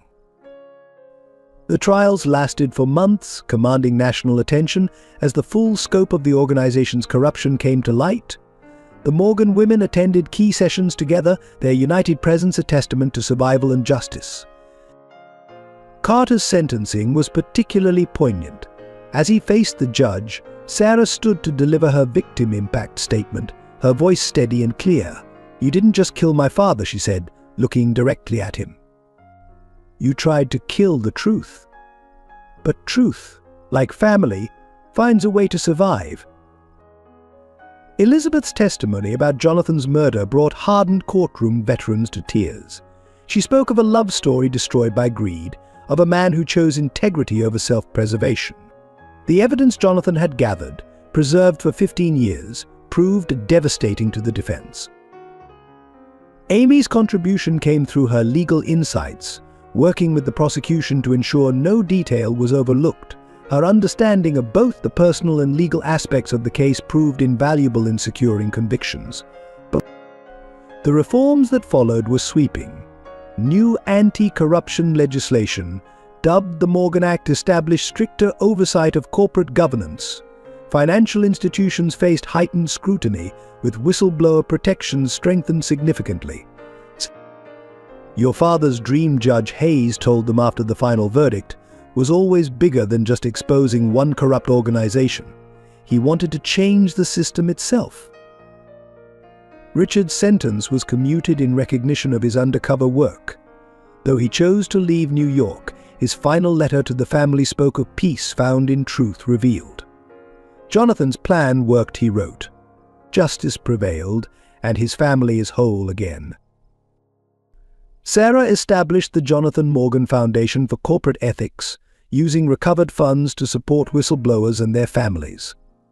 Elizabeth served on its board, her business expertise helping to implement practical reforms. "We're not just punishing past crimes," Amy explained at the foundation's launch. "We're preventing future ones, creating a world where other families won't have to make the sacrifices ours did." But the Morgan case became a Harvard Business School case study, examining both the corruption and the reforms that followed. Amy was invited to speak to law students about the intersection of justice and family loyalty. Corporate boardrooms across the country implemented Morgan Rule's ethical guidelines designed to prevent the kind of systemic corruption they had exposed. Elizabeth's experience helped shape these protocols, ensuring they were both practical and effective. Most significantly, the city's power structure underwent a fundamental shift. The old guard, built on secrets and favors, gave way to a new emphasis on transparency and accountability. The Morgan women were instrumental in this transition, using their influence to support honest leaders and practices. "Change doesn't happen in courtrooms alone," Sarah observed, watching news coverage of another corporate reform bill passing. "It happens in hearts and minds, in daily choices between right and wrong." The justice they had fought for wasn't just about punishment, it was about transformation. Each conviction, each reform, each new protection for whistleblowers was a tribute to Jonathan's sacrifice and their family's resilience. "Your grandfather would be proud," Elizabeth told Amy one evening, watching her granddaughter review cases for law school. "Not just of the justice served, but of the legacy it's created." Amy Morgan's first day at Columbia Law School felt like destiny fulfilled. As she sat in the lecture hall, her grandfather's old leather briefcase beside her, she could feel the weight of her family's legacy, not as a burden, but as inspiration. She specialized in corporate ethics and whistleblower protection, drawing on her family's experiences to bring unique insight to her studies. Her professors quickly recognized that she wasn't just another legacy student, she had lived the cases they discussed. "The law isn't just about statutes and precedents," she told her study group one evening. "It's about protecting families, preserving truth, ensuring justice isn't just a word in textbooks." Sarah watched her daughter's transformation with pride, seeing echoes of Jonathan in Amy's passionate pursuit of justice. Elizabeth helped her granddaughter prepare for mock trials, drawing on years of observing corporate behavior from both sides. "You have something most lawyers never will," Elizabeth told her. "You understand the human cost of corporate corruption. You've lived it." Amy's first internship was with Judge Hayes, working on cases similar to her family's. Her perspective proved invaluable in helping other whistleblowers and their families navigate the legal system while protecting themselves. Sometimes the most important legal work happens outside the courtroom, Hayes mentored her. It's about preventing families from being torn apart like yours was. She established a support group for children of whistleblowers, understanding their unique challenges. The meetings were held in the Morgan Mansion's library, where Sarah and Elizabeth often joined to share their experiences and wisdom. "What we went through was terrible," Amy told one young participant, "but it taught us the importance of standing up for truth, no matter the cost."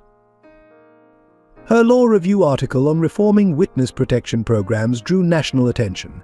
She argued for keeping families together while ensuring their safety, using her own story as a case study in what not to do. Sarah found her daughter late one night, surrounded by case files in Jonathan's old study. "Dad's law books," Amy explained, touching the volumes reverently. "They still have his notes in the margins. It's like he's teaching me." As graduation approached, top law firms competed for Amy's attention, but she had other plans. With support from the Jonathan Morgan Foundation, she established a legal clinic specializing in corporate whistleblower cases. "We don't just represent clients," she explained at the clinic's opening. "We protect families. We preserve truth. We ensure that doing the right thing doesn't mean losing everything you love." Elizabeth donated office space in one of her buildings, while Sarah's artistic touch transformed it into a welcoming space for frightened families seeking help.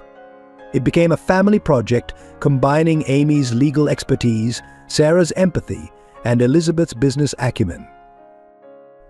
"This is how we honor Dad's legacy," Amy declared, "not just by remembering what he died for, but by helping others fight the same battles." Her first major case involved a young executive who had uncovered corruption remarkably similar to what Jonathan had found. Amy's guidance helped the woman protect both the truth and her family, a victory that would have made her grandfather proud. "You're not just practicing law," Elizabeth observed, watching Amy prepare for court. "You're healing the past by protecting the future." The Morgan Mansion bloomed with spring flowers as guests gathered for a very special occasion. 1 year after the trials ended, the family was hosting a celebration of the Jonathan Morgan Foundation's achievements and Amy's graduation from law school. The grand ballroom, once a symbol of society's superficial glamour, now buzzed with a different energy. Whistleblowers and their families mingled with lawyers, judges, and reformed corporate executives. Elizabeth, fully recovered and radiant, moved through the crowd with grace, while Sarah's artwork scenes of family reunions and justice prevailed adorned the walls. "Look what arrived," Amy announced, bringing a letter to where her mother and grandmother sat in the garden. It was from Richard, writing from his quiet retirement in Maine. His words were simple but powerful. "Jonathan's dream lives on in all of you." The truth not only survived, it flourished. They had invited Carter's daughter Sarah's half-sister Jennifer, who stood somewhat awkwardly at the edges of the gathering until Sarah approached her. The two women had begun building a cautious relationship, healing another family wound created by secrets and lies. "Dad would have loved this," Sarah said softly, watching Amy give a tour of the Foundation's new training center to a group of corporate compliance officers. Not just the justice part, but seeing his family whole again, stronger than ever.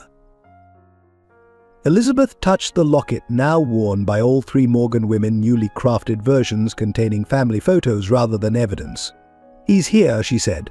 "In every life we've helped, every truth we've protected, every family we've kept together." The Foundation had already helped 20 whistleblowers and their families find safety and justice without separation. Amy's legal clinic had won landmark cases establishing new protections. Sarah's art therapy program helped children heal from trauma, while Elizabeth's business expertise helped reformed companies establish ethical practices. "We're not just his legacy," Amy told the gathered crowd in her speech.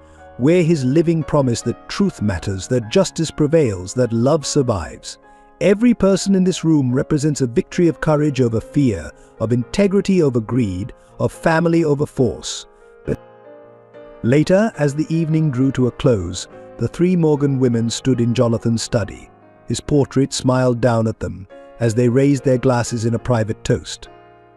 To Dad, Sarah began. To Grandpa, Amy added. To my beloved Elizabeth finished. The study, once a place of secrets and sorrow, now held a different energy. The evidence wall had been replaced by a family timeline photographs marking their journey from tragedy to triumph. Jonathan's law books shared space with Amy's modern casebooks, Sarah's sketchbooks, and Elizabeth's business journals. As moonlight filtered through the windows, they could feel the rightness of where they had arrived. The past's wounds had healed, leaving scars that spoke of survival rather than suffering. The future stretched before them, bright with promise and purpose. Together, Elizabeth said softly, echoing the word that had become their family motto. Always, Sarah and Amy responded. Outside, the garden's roses bloomed in the moonlight, their fragrance drifting through open windows. Like the Morgan women, they had endured winter's trials to emerge stronger, more beautiful, ready to face whatever challenges tomorrow might bring. The truth had not only survived, it had set them free. Dear readers, if this story of the Morgan family's journey has touched your heart, we'd love to hear your thoughts in the comments below. What resonated most with you? How did you feel about Elizabeth's sacrifice, Sarah's strength, or Amy's determination? Please support our team by subscribing to our channel for more compelling stories of family, justice, and triumph over adversity. Share this video with friends and loved ones who might find inspiration in the Morgan women's resilience. Don't forget to like this video. Your engagement helps us continue creating meaningful content that explores the depths of human courage and the unbreakable bonds of family. Together, let's celebrate stories that remind us of the power of truth, love, and justice. Thank you for being part of our storytelling journey.